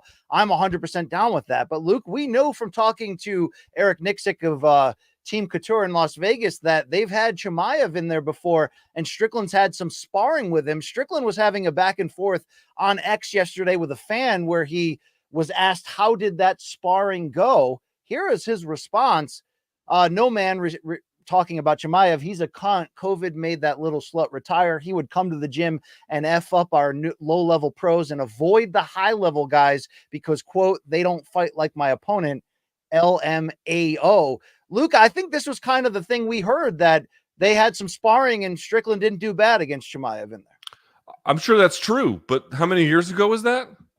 Like 3, maybe 3. Yeah, like, okay, a lot of time has passed. And again, some of that time, a good chunk of it, there has been issues about the health of Chimaev. Okay, fair enough. But again, Chimaev just went in there against the ultimate, like, arbiter of quality in Robert Whittaker and smashed him to pieces. Like, what do we even do? What are we talking about here? We're asking we asked Khamzat, hey, dude, you want to fight for a title? Prove to us who you are. Yeah. What more are we asking? What are we doing here? This is the guy now. Let's make that fight. And again, shouts to DDP for accepting it, no hesitation. Speaking of that guy, Luke, Rich Franklin is here. The former UFC middleweight champion, the vice president of one championship, and a real badass mofo himself. Let's bring in the ace. We said we wouldn't call him an ace hole. He's one of my favorites of all time. Rich, love it when you come by Morning Combat. You know, you guys deserve to call me an ace hole because I'm running a little bit late today. I actually thought that the interview was at 1 o'clock, so I apologize for being late on so I am an ace hole. How's it going this morning? Oh, it's fantastic. Maybe it was, to your point, 12 Eastern Singapore time. I don't know where you reside these days, Rich. I'm on Eastern time right now, so I'm in the U.S. I'm Cincinnati, so back home where I was born and raised. Rich, are you a Bengals guy? I gotta be their home team. You know, when I was a kid, my dad stopped by this garage sale when I was a little kid and bought me a Redskins jacket. So I grew up watching Joe Theismann. I saw him when LT hit him back in the day and compound fractured his leg. And, you know, so I was a Redskins fan growing up. But then when the NFL moved to free agency, all the players started bouncing around. So, you know, you follow storylines, but it's like, well, what am I following an arbitrary team for? I might as well be rooting for my home team. Good stuff. You messed up. You should have stuck with the Commanders. Yeah, like I do. They're the Redskins to me through and through. So I don't think that's necessarily cultural appropriation. But if I'm offending anybody, I apologize for that.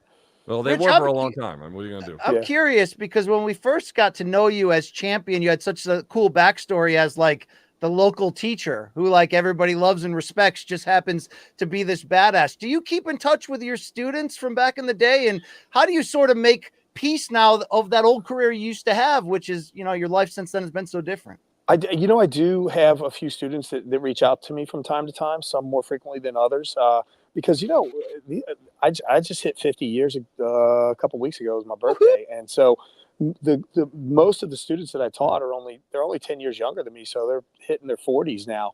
And it's interesting to see some of these kids, like kids that were barely passing my math class that are now things like financial advisors. And I'm like, who puts you in charge of their money? Like, you're not getting my business, that's for sure. But jokingly, of course. But yeah, I do keep in touch with some of the kids, and I shouldn't call them kids anymore, but yeah. And it's just weird the way that life takes you. You know, every time I think I have my life figured out and what path I'm going to be on, it's God has a different plan for me. Never dreamed that I would be quitting teaching one day and, you know, competing in the UFC and winning a world championship. Never thought that I would be living in Singapore or working for an organization like One, traveling internationally the way that I have. So it's just like I just kind of go with the flow now, and I just let the Lord lead me wherever I'm going. Rich, if I may, Rich, I don't know if you saw, your record was recently broken. So for a middleweight fight, in terms of a strike differential, you had held the record all this time based on your fight with David Loazo, which was a beatdown of epic proportion. It was recently broken by a guy they call Fluffy, or Anthony Hernandez. I wonder, I got to say, MMA records don't tend to last that long. It lasted a good long while. And also, your reflection on that fight, did you ever feel bad for Loazo given the way it went? I mean, well, no, because Loazo was going to do the same thing to me if he had the ability. You know, I remember studying for that fight, and down to the point where Loazo had really good elbows, and even when I took his back, like I would refuse to put my hooks in to try to, like when we were in a referee style position or turtle position, I wouldn't put my hooks in and flatten him out because he does such a good job of rolling over and escaping that position and coming into your guard and then unleashing those elbows. So if he would have had the chance, he would have done the same thing to me. And I have a good picture of the two of us actually in the hospital that night after the fight. You know, he's all, you know, got some stitches and a little bit of swelling on his face. My hand was busted up. I'm laying in a gurney. So, you know, we partied together afterwards and all was good. Hey, not bad for 12-12, a legendary night for good old Rich Franklin. We love you. Hey, Rich, doing great work with One Championships right now in the midst of not a takeover, but an expansion into the U.S. And we've loved what we've seen. In 2024 right now, how would you speak to the state of One Championship and what you've been proud of late of this organization? Well, we're making good headway with the states. Obviously, you guys know that we moved the event from Atlanta to Bangkok, and there was good reasons for that, reasons that are, you know, kind of above my pay grade per se, but we've made good headway with the states. I'm excited about 2025 and where we're headed with the U.S. We've had good feedback from the states, given that we're operating under a different rule set than the unified rule set. We use our global rule set. And so things are moving in the right direction. The growth is coming more organic. Our second show in Colorado was a huge success. We pretty much doubled the size of the arena, basically doubled the size of our attendance. We have, great metrics with fans that are traveling in to come see the show. So we have a good fan base. For the people that are in the know in the U.S., they're in the know. They know about One Championship. Rich, here's one thing that's been interesting about 2024 for one. There have been a lot of positives. So, for example, those Friday night fights where it's 4-ounce Muay Thai. I'm not sure what the proper nomenclature is for it, but it's been a big hit. But one thing that's been kind of weird has been I can't tell based on the last year if one is an MMA promotion that does some other stuff or if it's like a kickboxing promotion that now features MMA. What's the best way to understand what one is both today and going forward? We're a martial arts promotion. So we've, in the past, I mean, we've even had boxing matches and One Championship. So we're a martial arts promotion and we'll feature all martial arts. We've done hybrid matches. We did the hybrid match with, this is not the only one, but DJ against Rodtang when we did the hybrid match. It was a Muay Thai first round, MMA second round, Muay Thai third round. It didn't make it to the third, and then MMA in the fourth round. So we like being able to have the flexibility to do those things. And so even here in the US, we're the only promotion that does this, where you can go in and you can watch, maybe a card will have 12 fights on it. And now that 12 fights, 3 or 4 of them will be Muay Thai, 1 or 2 will be kickboxing, submission grappling matches, and then 3 or 4 MMA matches. And when we first started doing this, when we introduced Muay Thai into the MMA events, I personally wasn't a fan. This was an idea that Chatri had. I wasn't a fan. In my mind, I thought, if I'm going to watch a football game, I'm not there to see an inning or two of baseball. Like, that was the analogy. Because from the outside perspective, for people that aren't fighters, perhaps just a fight's a fight. But it's significantly different for people that are in this business. Like, boxing is way different than Muay Thai, is way different than MMA. And so we put this MMA match on, or Muay Thai match on our MMA card. And I saw it and I was like, oh man, that was a really good fight, but I don't want to like this thing. So I was like, nope, it's still not right. These MMA cards, I'm a purist. If you can use that, it's kind of an oxymoron talking about a purist in MMA because we mix things around. And then we did our second event with some Muay Thai matches, and the fights were just so good, and it added a different element, and it changes speed and cadence of the event so that you're not watching the same kind of entertainment. And when you watch our Muay Thai in the 4-ounce gloves, it's catching on in the US, and when it catches on, I believe it's going to spread like wildfire, because you get for the casual MMA fan who likes to watch people getting starched and whatnot. It's like Muay Thai is a more elite level striker than MMA, but with the same gloves, and so it's a much more exciting stand-up match. So once we started mixing the shows up, I've become a huge fan of it. How does one view itself? Okay, so I'm sure you've seen, at least to some extent, PFL's making a bunch of claims. And by the way, I mean, I think we all know that they're kind of silly, but they are making claims like, hey, it's now a duopoly in the sport and we're number 2 in MMA. Like, does one even care because you don't see yourselves as a full MMA promotion? Or like, how do you view what one does relative to the PFL and relative to the PFL's claims about itself? Well, I guess the best way to say this is that when you look at any of the other organizations in the United States, they're all number 2 to the UFC, obviously, and they're going to be forever. You're not going to topple that king.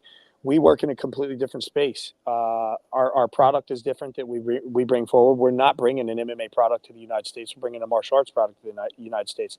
Plus, even when you look at our MMA product, it's different than everybody else's MMA product in that space, which is why when we're coming to the U.S., like, I personally am working with the state commissions to get approvals in these various states, because our rule set is different, from competitive rules like allowing knees to the head of a grounded opponent in competition to things like the hydration protocols that we have that also support that. We're different all the way around. And so we'll never be number 2 because we're just offering a completely different product. There is a differentiation between One Championship and every MMA organization on the planet, because we're not an MMA organization. Well, you're offering a lot to like in the next big card for One Championship. A week from tomorrow, Saturday, November 9th, Bangkok. It's 169. And there's so many names we can talk about, but off the top, the most exciting fighter to me in one championship, and maybe really the guy who's kind of slowly becoming the face of the franchise, is Anatoly Malakin, who is in such a creative and fun matchup against Rugrug Umar Kane. When we're in the spot where, you know, the UFC with John Jones can make the claim we have the best heavyweight in the world, PFL's trying to make that claim with Ngannou. What do you think one can make the claims about what it has here with Malakin, not just from a competitive side, but just the excitement this guy brings to the cage? Well, first of all, I mean, I'm a big Malakin fan, but let's not discount Rugrug that's coming in here. You know, I wasn't a believer in Rugrug initially. Like, I just didn't. I thought that he was just this kind of freakish looking anomaly that, you know, may not last or whatever. But when I saw his match against Buchecha, what a tough match between those two guys, and it went the distance. I mean, and it was a high paced match for two heavyweights, so he's going to definitely bring something for Malakin. But man, Malakin is tough, and if you've spent any time with Malakin, he's just like, he's good energy. He's the kind of guy that you want to be around and hang out with. He's very magnetic, and man, I'll tell you, this guy, I mean, he hits like he's got cinder blocks in his gloves. He's difficult to take down. He knows how to control the pace. He can push the pace as a heavyweight. So, like, I would definitely stake my money on a Malakin competing internationally with the likes of John Jones or Francis, for sure. Do you get mini Fedor vibes at all with Malakin? I do. It's exactly. I think to myself, I'd love to just spar with him just to see what it feels like, because I mean, he just feels like he's so heavy. He's immovable in essence when somebody's trying to spar with him or move him. He just seems like a very, very heavy person. So it's going to be interesting in this match against Rugrug to see if or when Rugrug begins to engage in some sort of close encounter, clinch type of thing, how he's going to handle that with someone like Malakin, because there's this part of me that just feels like Malakin is like this big stone. He's just been chiseled out of stone, and he's been sitting there like and he's immovable, like the Rock of Gibraltar or something. Let me get my dates and time zones correct. This 169 card will air next Friday, a week from today, November 8th, here in the U.S., 8 p.m. Eastern, on live on Prime Video as that series continues. So much to talk about this card, from Rod Tang to so many. But Cade Ruotolo making this lightweight MMA appearance here against Ahmad Mutaba, and coming off of everything he has accomplished in the grappling field, including that grappling match that Luke Thomas is telling me is the greatest we've ever seen at the Craig Jones Invitational. How excited should MMA fans be about what Cade is now trying to do? And he's talking a big game in these interviews about who he can be in the MMA space. I think that they should be really excited. The thing about Cade is, I mean, these guys, him and his brother Ty, their grappling is on a completely different level. And, you know, obviously you're only as strong as your weakest link in MMA, but when your strongest link is so strong, you're able to rely on that in such a way. I always use like Randy Couture as an example. He's a guy from my era. Randy didn't have the greatest boxing in the world, but his wrestling was so strong that he could rely on it, that it made his boxing very effective. And this is kind of the same with a guy like Cade Ruotolo. His grappling is so good that he's making handiwork of the best grapplers in the world. So if you're not at that level, you're going to have problems with his grappling. But because of the way that him and his brother, the way that these two guys grapple, they mix things up. They're so dynamic that they'll incorporate things in, like striking, whatever. He's not afraid to try a spin kick or something crazy, because he'll just come off of that and do some unorthodox grappling move that somebody else wouldn't be expecting. So his high level grappling allows him to take risks in other ways that aren't as risky for him. So you're going to see MMA fighters for a while having real problems with a guy like Cade Ruotolo, because he's not somebody who would just, guard drop, take you down and depend on some sort of trying to catch you in some submission from the guard. He's dynamically going to be rolling the entire time. And if he gets close to you, his takedowns are not even standard. When he grappled Shin Yaoki, he just kind of like hit an ankle pick just to kind of set something else up. Like, he didn't even commit fully to it. And I watch these things, and, I come from a generation, like, if I hit that ankle pick, like, man, I'm pressing and I'm chain wrestling off of that. And he's just like, I'll just do this just to give him a look and go to something else. It's truly impressive what he's capable of doing. So I think he's going to be around for a while in MMA. He's here to stay. Rich, some people have claimed that with this hat and my recently reduced jawbone that I look like a young prime Randy. And I don't push back against that, just in case you're. You know what? That's not necessarily a put down, man. I would roll with that one. Trust me, it's much better than looking like Jim Carrey. I'm just saying. I didn't get the nickname Ace by accident. There it is. Rich, why ultimately did one decide to part ways with Sage Northcutt? Just to kind of like put things like, as simply as possible.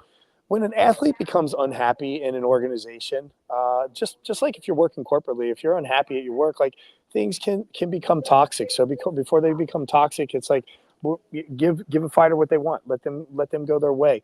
We had that situation where Sage came to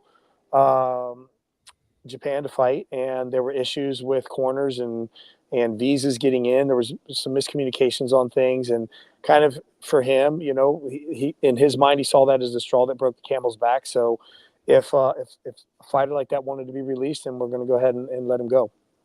Okay, and then the other one that's kind of interesting to me, and I don't know what the story is, but Renier de Ridder, he was a multi-weight champion for you guys, and then he had some losses, obviously. And then he went to go fight somewhere in the Middle East. I do not remember what name of the show, a UAE Warriors or something like that. I forget what it was. And at the time, one was like, well, no, he's under contract with us, but he just kept doing it. And now he's fighting for the UFC. Can you explain to me what happened with Renier de Ridder and how he ended up now where he is?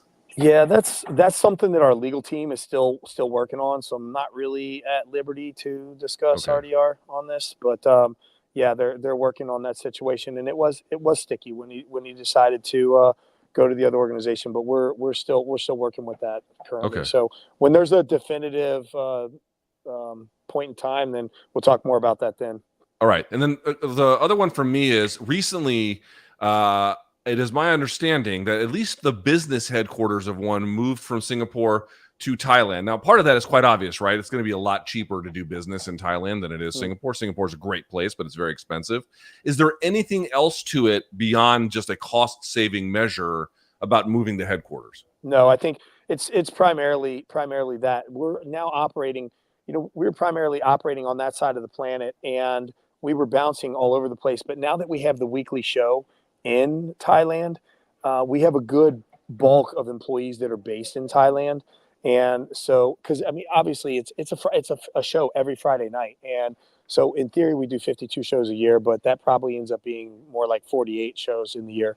And so it takes quite a bit of personnel. So it made more sense for us to move there. The nature of the business of One Championship has changed. Obviously, I mean, I've been with this company 11 years now, 11, wow. I think. If it's a 12 or 11, either I'm going on 12 or I'm going on 13, but I think I'm going on 12. And the nature of the business has obviously changed, operating out of Singapore originally and then bouncing from shows on that side of the planet. And now we have this weekly show that we're basically overextended every week, operating from Singapore and Thailand, but also now we're bouncing to this side of the planet as well in the United States. So it makes more sense to simplify for us a process more of logistics. Okay, and so for 2025, for like the US-based fans, what can one tell us about shows here going forward? And again, I understand that there's limitations about what commissions will do because your rule set is different. By the way, I want to be very clear, and I have been very vocal about this. I think one's rule set is clearly superior. However, you are up against it with some of these commissions, just as a bare minimum of getting them to understand it. But can you give the fans some sense of what they can expect for stateside shows in 2025? Yeah, well, I mean, first of all, we operate under our global rule set. And so I've gone to states, and there are states that have accepted the global rule set.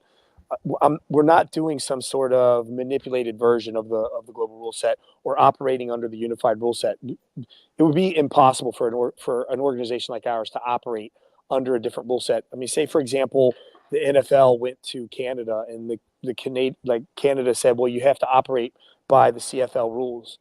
It's not exactly the same game. The size of the field is different. There's a 55-yard line. There's 20-yard deep end zones. You can motion towards the line of scrimmage. So it changes the complete dynamic of the game. Similarly, that we would have in One Championship, if we, for example, said, well, we'll operate under the unified rule set, and there are other differences besides knees to the head of a grounded opponent. But then it's like, if you win under that rule set, could you have won under the global rule set? So we have to stay consistent. We've had so far with the states that I've approached good feedback. Some states are skeptical, obviously, and some states are looking at how we perform in the U.S. So far, we've had 2 really good shows in the U.S., and the states that we're working with are happy. And so we'll expand in 2025. We have 2 dates. We're looking at a Q2 date and a Q4 date that are not, I wouldn't say 100% anchored at this point, but a 90% anchor at this point as far as the dates are concerned. But we will be in the U.S. Next year, and we're looking at different cities other than Colorado. Obviously, we're approved in Georgia, so perhaps Atlanta could come back around for 2025 or 2026. But we're also looking at some other states as well. Couple quick ones for you on the way out here, Rich. That card's so loaded. Next Friday, 8 p.m. Eastern, when 169 shows up live on Prime Video. Buchecha back at heavyweight. Adriano Moraes at flyweight. The first fight since the great Demetrius Johnson has stepped away from the sport, and they had that fantastic trilogy. But that co-main event for the Muay Thai title at flyweight, we're going to see Rod Tang back, and he's going to defend against Jacob Smith. Tell us about this matchup and really the creative challenge here, because when Rod Tang can do a lot of things, he can draw a lot of eyeballs. When he was in that fight with Mighty Mouse, it was must-see TV. How the challenge of creatively promoting and moving forward between different disciplines, because every time this guy's on the screen, you got to stop what I'm doing and watch it. Yeah, well, I mean, I think you kind of answered your question right there. It doesn't take a whole lot of promotion and marketing with a guy like Rod Tang. When he's on the card, it's just one of those names where it's going to be a good fight. Whether he's doing a hybrid fight against DJ, whether he's doing a Muay Thai fight, if he decides to fight in kickboxing, my only complaint with him fighting in kickboxing is I don't get to see all 8 of his limbs in action, right? And so, but the thing about Rod Tang that makes him so dynamic is that he's one of those guys that just like, he'll make adjustments. You'll see him sometimes where he'll taunt his guy, he'll take a few shots on the chin, and he seems like that guy that'll just walk through punches to deliver punches. But you see him at other points where he's just completely untouchable. He's a step ahead of his opponent in every facet of the game, taking their balance the moment they move, or knocking them off balance with the push kick that he does, the way he closes distance to the inside. So he's just got a lot of tools, and he knows how to really adapt them for the opponent that he has. So Jacob Smith, he's tough, he's very durable, he's going to come forward with Rod Tang, but it's rare, if ever, that you see Rod Tang take a step backwards. So it is my belief that Jacob Smith is going to have to adjust a game plan here and figure out something different than his normal game to try to beat Rod Tang with. Can't wait to see it, man. Rod Tang, such fun entertainment to watch, an absolute badass. To continue on the road of like fantasy matchmaking, if the fans can't get Ngannou versus Jones, we started saying, hey, I wonder if they can get Ngannou versus Malakin, for example. Do you see one ever being in a position to want to potentially do the type of cross promotion with somebody like PFL that can make the kind of dream matchups that the fans do want? I could see one championship being in the position to want to make the matchup between Anatoly Malakin and Francis Ngannou, but that's a different answer than the question that you asked me. So would we be willing to co-promote? That's a Chatri question. My gut says probably not, but as a fan, I would 100% want to see that fight. Indeed. Then to close, speaking of that lifetime mixed martial artist, Chatri Sityongtong, him against Mark Zuckerberg in a submission grappling match, straight up, who wins and why? Chatri's been in the game much longer with his BJJ than Zuckerberg. Zuckerberg's just getting started. Chatri just got his black belt. Actually, Henzo, I don't know if you guys saw it on the broadcast, but sure. Henzo gave him his black belt in Colorado. So, if I could take odds on that one, if they're going to open lines on that one, I'm going to put it on my boss. Sorry, Mark. There it is. We can't wait. One championship, 169, a week from today, Friday, November 8th, 8 p.m. Eastern on Prime Video. Rich Franklin, Vice President of One, MMA legend. We love chatting with you. Thanks so much for giving us the time. I appreciate you guys having me on. Always a good time. The ace right there. Love him. There he is. Not an ace hole at all. An absolute great guy and a legend. There he is, Rich Franklin. Great chatting with that guy, Luke. You know what I'm saying? Indeed. Indeed. All right. Here, let's bring it on home for the end of this morning combat episode. And topic 5, Luke, is a little potpourri across the combat game. I want your brief reaction on all things. Here we go. Team Canelo and trainer/manager Eddie Reynoso has shot down the rumors that Canelo's headed to a Chris Eubank showdown at Wembley Stadium, despite Eubank's promoter Boxer saying they were in discussions. Reynoso would tell Dan Rafael of Fight Freaks United, it's totally false. Eubank had his chance to fight Canelo in September, and the only thing he did was complicate the negotiations. We will not touch base with him again for a future fight. Luke, is that a win for the fans in your eyes, or was that a creative option if Big Red won't fight Benavidez or Crawford? Dude, who is Big Red going to fight? He's not going to fight David Benavidez. Benavidez is probably going to fight David Morrell, we think, right? In all likelihood, that seems to be the direction that we're headed. Okay. It's not going to be Eubank. I want Christian Mabili if we can't get who we actually want. All right, which I wouldn't hate. Okay, that's not what I really, I'm not the Spice Girls. Tell me what you want, what you really, really want. I'll tell you what I want, what I really, really want. I want a zigga, but I'll take that. But it's like, here's the thing. I don't really care about seeing the Chris Eubank fight at all, but it just left me with, if he's not going to fight Eubank and he's not going to fight Morrell and he's not going to fight Benavidez, I guess the Mbili one is the one that's left. Has he confirmed interest or any movement in that direction either? I haven't heard that either. So I'm just like, I haven't heard that either. Doing? Last I knew, he was trying to fight in Japan, potentially on an Inoue card. But a recent development just this morning as the WBA updated their rankings. And guess who's number 5 out of nowhere at super middleweight for the WBA? Jermall Charlo. That's not setting up a Canelo fight, is it? I hope it's setting up a Caleb Plant fight for Jermall Charlo. I have less than zero interest to watch Canelo fight Jermall Charlo.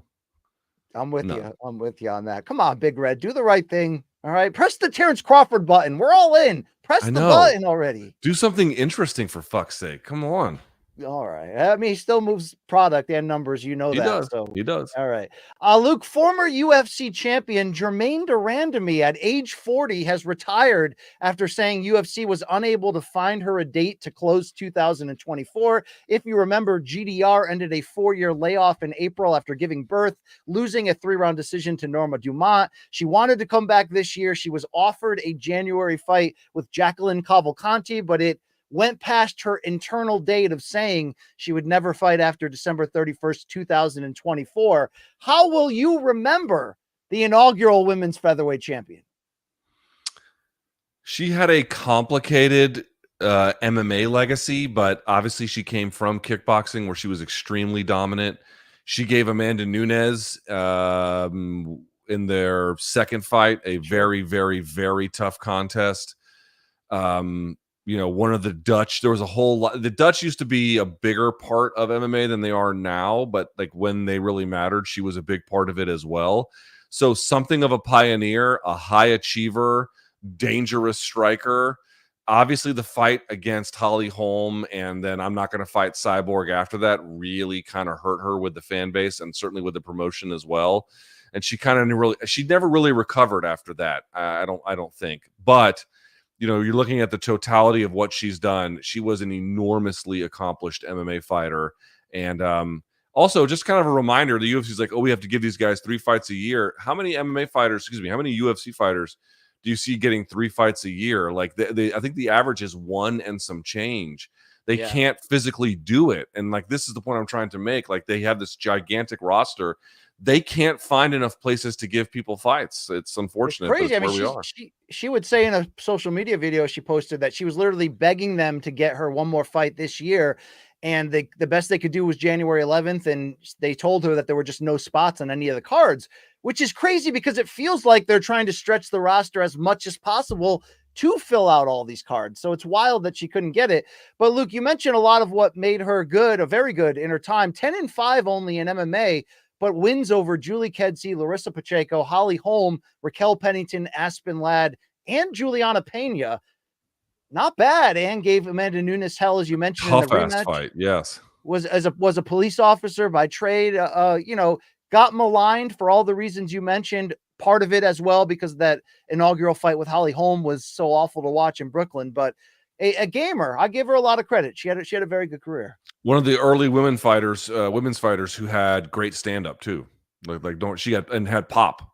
You know what I mean? She could put your lights out with her hands. That was not super common at the time. Sure. You know who's got big time pop? Gervonta Davis, but it doesn't look like we're going to see him again this year. The December 14th pay-per-view slated for PBC. We thought in Houston after he and opponent unbeaten 130-pound title holder Lamont Roach Jr. seemed to accept publicly. It looks like it's not going to happen now, per Dan Raphael of Fight Freaks Unite. Excuse me. Did you fuck that name up more? I can. I just had a seizure on air. Sorry about that. Tank would reach out to Raphael and say January. I'm hearing there was some rumors that maybe this Tank fight could be joined with the Morrell versus Benavidez pay-per-view. We'll have to see if that happens. But Luke, not great news. I was kind of getting fired up just to have Tank back on the scene. And also, I sat down with Lamont Roach. What day was that? This week? Yeah. Wednesday. I sat down with him. And he was like, yeah, from what I've heard, the fight's not moving. And then a day or two later, and it's moving. So that's really unfortunate. I'll have to edit up the interview to reflect that. But listen, I don't know what to say. There's a lot of people who don't even want to see the fight, and now you're going to move it. Yeah. I think there's questions about what's happening with PBC. Why, you know what I mean? Like, Tim Tszyu lost, and now they're having to move this Tank fight, and we still don't have an announcement. They haven't even announced. The PBC, I know that Tank announced it and Lamont announced it.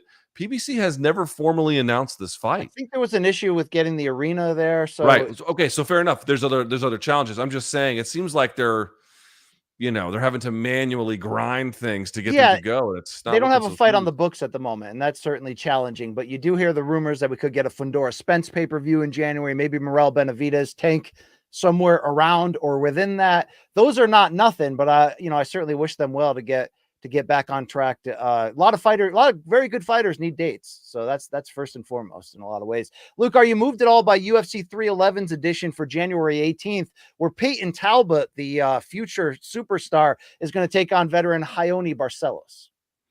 BC, how did they not put UFC 311 in Nebraska? Omaha, yeah, directly. How did they fuck that one up? That was the move right there. Peyton Talbot to me is highly interesting, still very much untested, but a unique person in the sport, a unique kind of fight style. He seems to have a lot going for him. I don't know how this goes, but I am glad to see him in regular rotation such that we can get it. Indeed. And also, Luke, to close this, Saturday's got an interesting offering from Top Rank on ESPN when Robeson Conceição and Oshaki Foster rematch that highly contested, if not outright robbery that happened in July when Conceição won a split decision, despite many thinking Foster had, 10-2'd him, so to speak. There is some chatter like, hey, the fact that Conceição attempted more than 250 punches than Foster did in totality, maybe that played a part. But are you caring at all as they enter this rematch Saturday in Verona, New York, with Foster a minus 380 favorite to the plus 285 Conceição? Oshaki Foster that was not a great, robbed is a strong word, but that was not strong judging in that particular contest. Also, isn't it Hobson? Because it's Hobson Mura in jiu-jitsu. In MMA circles, for whatever reason, on the broadcast, they always pronounce the R, I believe. They pronounce the R? That's so weird. I never know what to do. And also, like, when Brazilian soccer players go play in Europe, they pronounce the R. I don't understand. I even asked Glover about that, and he was like, no, it's an H. I'm like, okay, whatever. I did. I asked Glover about some of these Real Madrid players that have R's at the beginning of their name, and he was like, no, it's Rodrigo. No. Listen, do we really give all that much of a shit about Oshaki Foster versus Conceição, Hobson or Robson, whatever? I care. I care that they're doing it again, and I salute Top Rank for trying to figure out if there's a way to right this wrong. But Oshaki Foster, we should be real about this. I do think he got a raw deal the first time. I want to be clear. But he also needs to do more offensively. And he said he would. Yeah, he knows what he's up to. Because to the extent that it was close at all was because he was doing all the slick shit and not firing back enough. Now it's time to fire back. I think that's why this rematch will be a very fun fight. And believe me, a couple fights ago, Oshaki was in an absolute war there against Hernandez in his first title defense. So that I think you're going to see Oshaki be more offensive, which will lead to more exchanges. I still think he can get the job done there, though. He's nearly a 4-1 favorite. It'll be an interesting title fight. I definitely am fired up for this. I had Oshaki on the pod, Luke, and he revealed to me that his real first name is Oceanique, but that at some point at an amateur boxing tournament, it was mispronounced and then announced, and everybody thought it was so cool that he just stuck with the name. But he said by birth, he's Oceanique Foster. It's a wild story. That's a decent name, too. They're both unusual. Let's put it that way. Yeah, no doubt about it. Let's close this week. We did not receive any dead wrongs, but morningcombat@gmail.com is open for you as fans for every Friday to jump in with either your dead wrongas or your artwork for us to put on the fridge. This one's called Fan Submissions. You've got mail. Viewers. A lot of male viewers in our life here, but let's go first to K. You know KY, right? You remember that guy? We used to call him the Jelly. Yeah.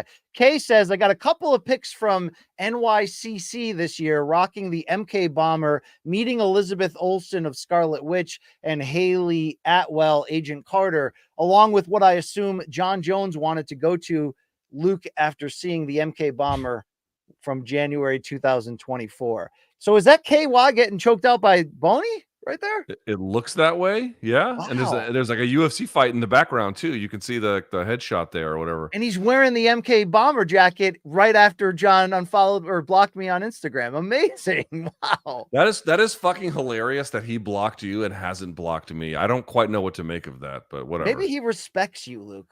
But he doesn't like me. That's the problem, right? So it's like a begrudging respect, but also revulsion. Was there other pictures there with K, or was it just John Jones? Oh yeah, there we go. There's where his. So he Comic-Conned it. Yeah, he Comic-Conned it with the jacket. I appreciate that. Thank you, KY. What a guy right there. Could these women wear more oversized clothing? What the fuck? That's the style nowadays, Luke. Okay, you can't tell what's going on under there. Maybe that's for good old dirtbags like you to chill out. Okay, let's go over to Sean. He says, I was leaving the grocery store when I saw this ad.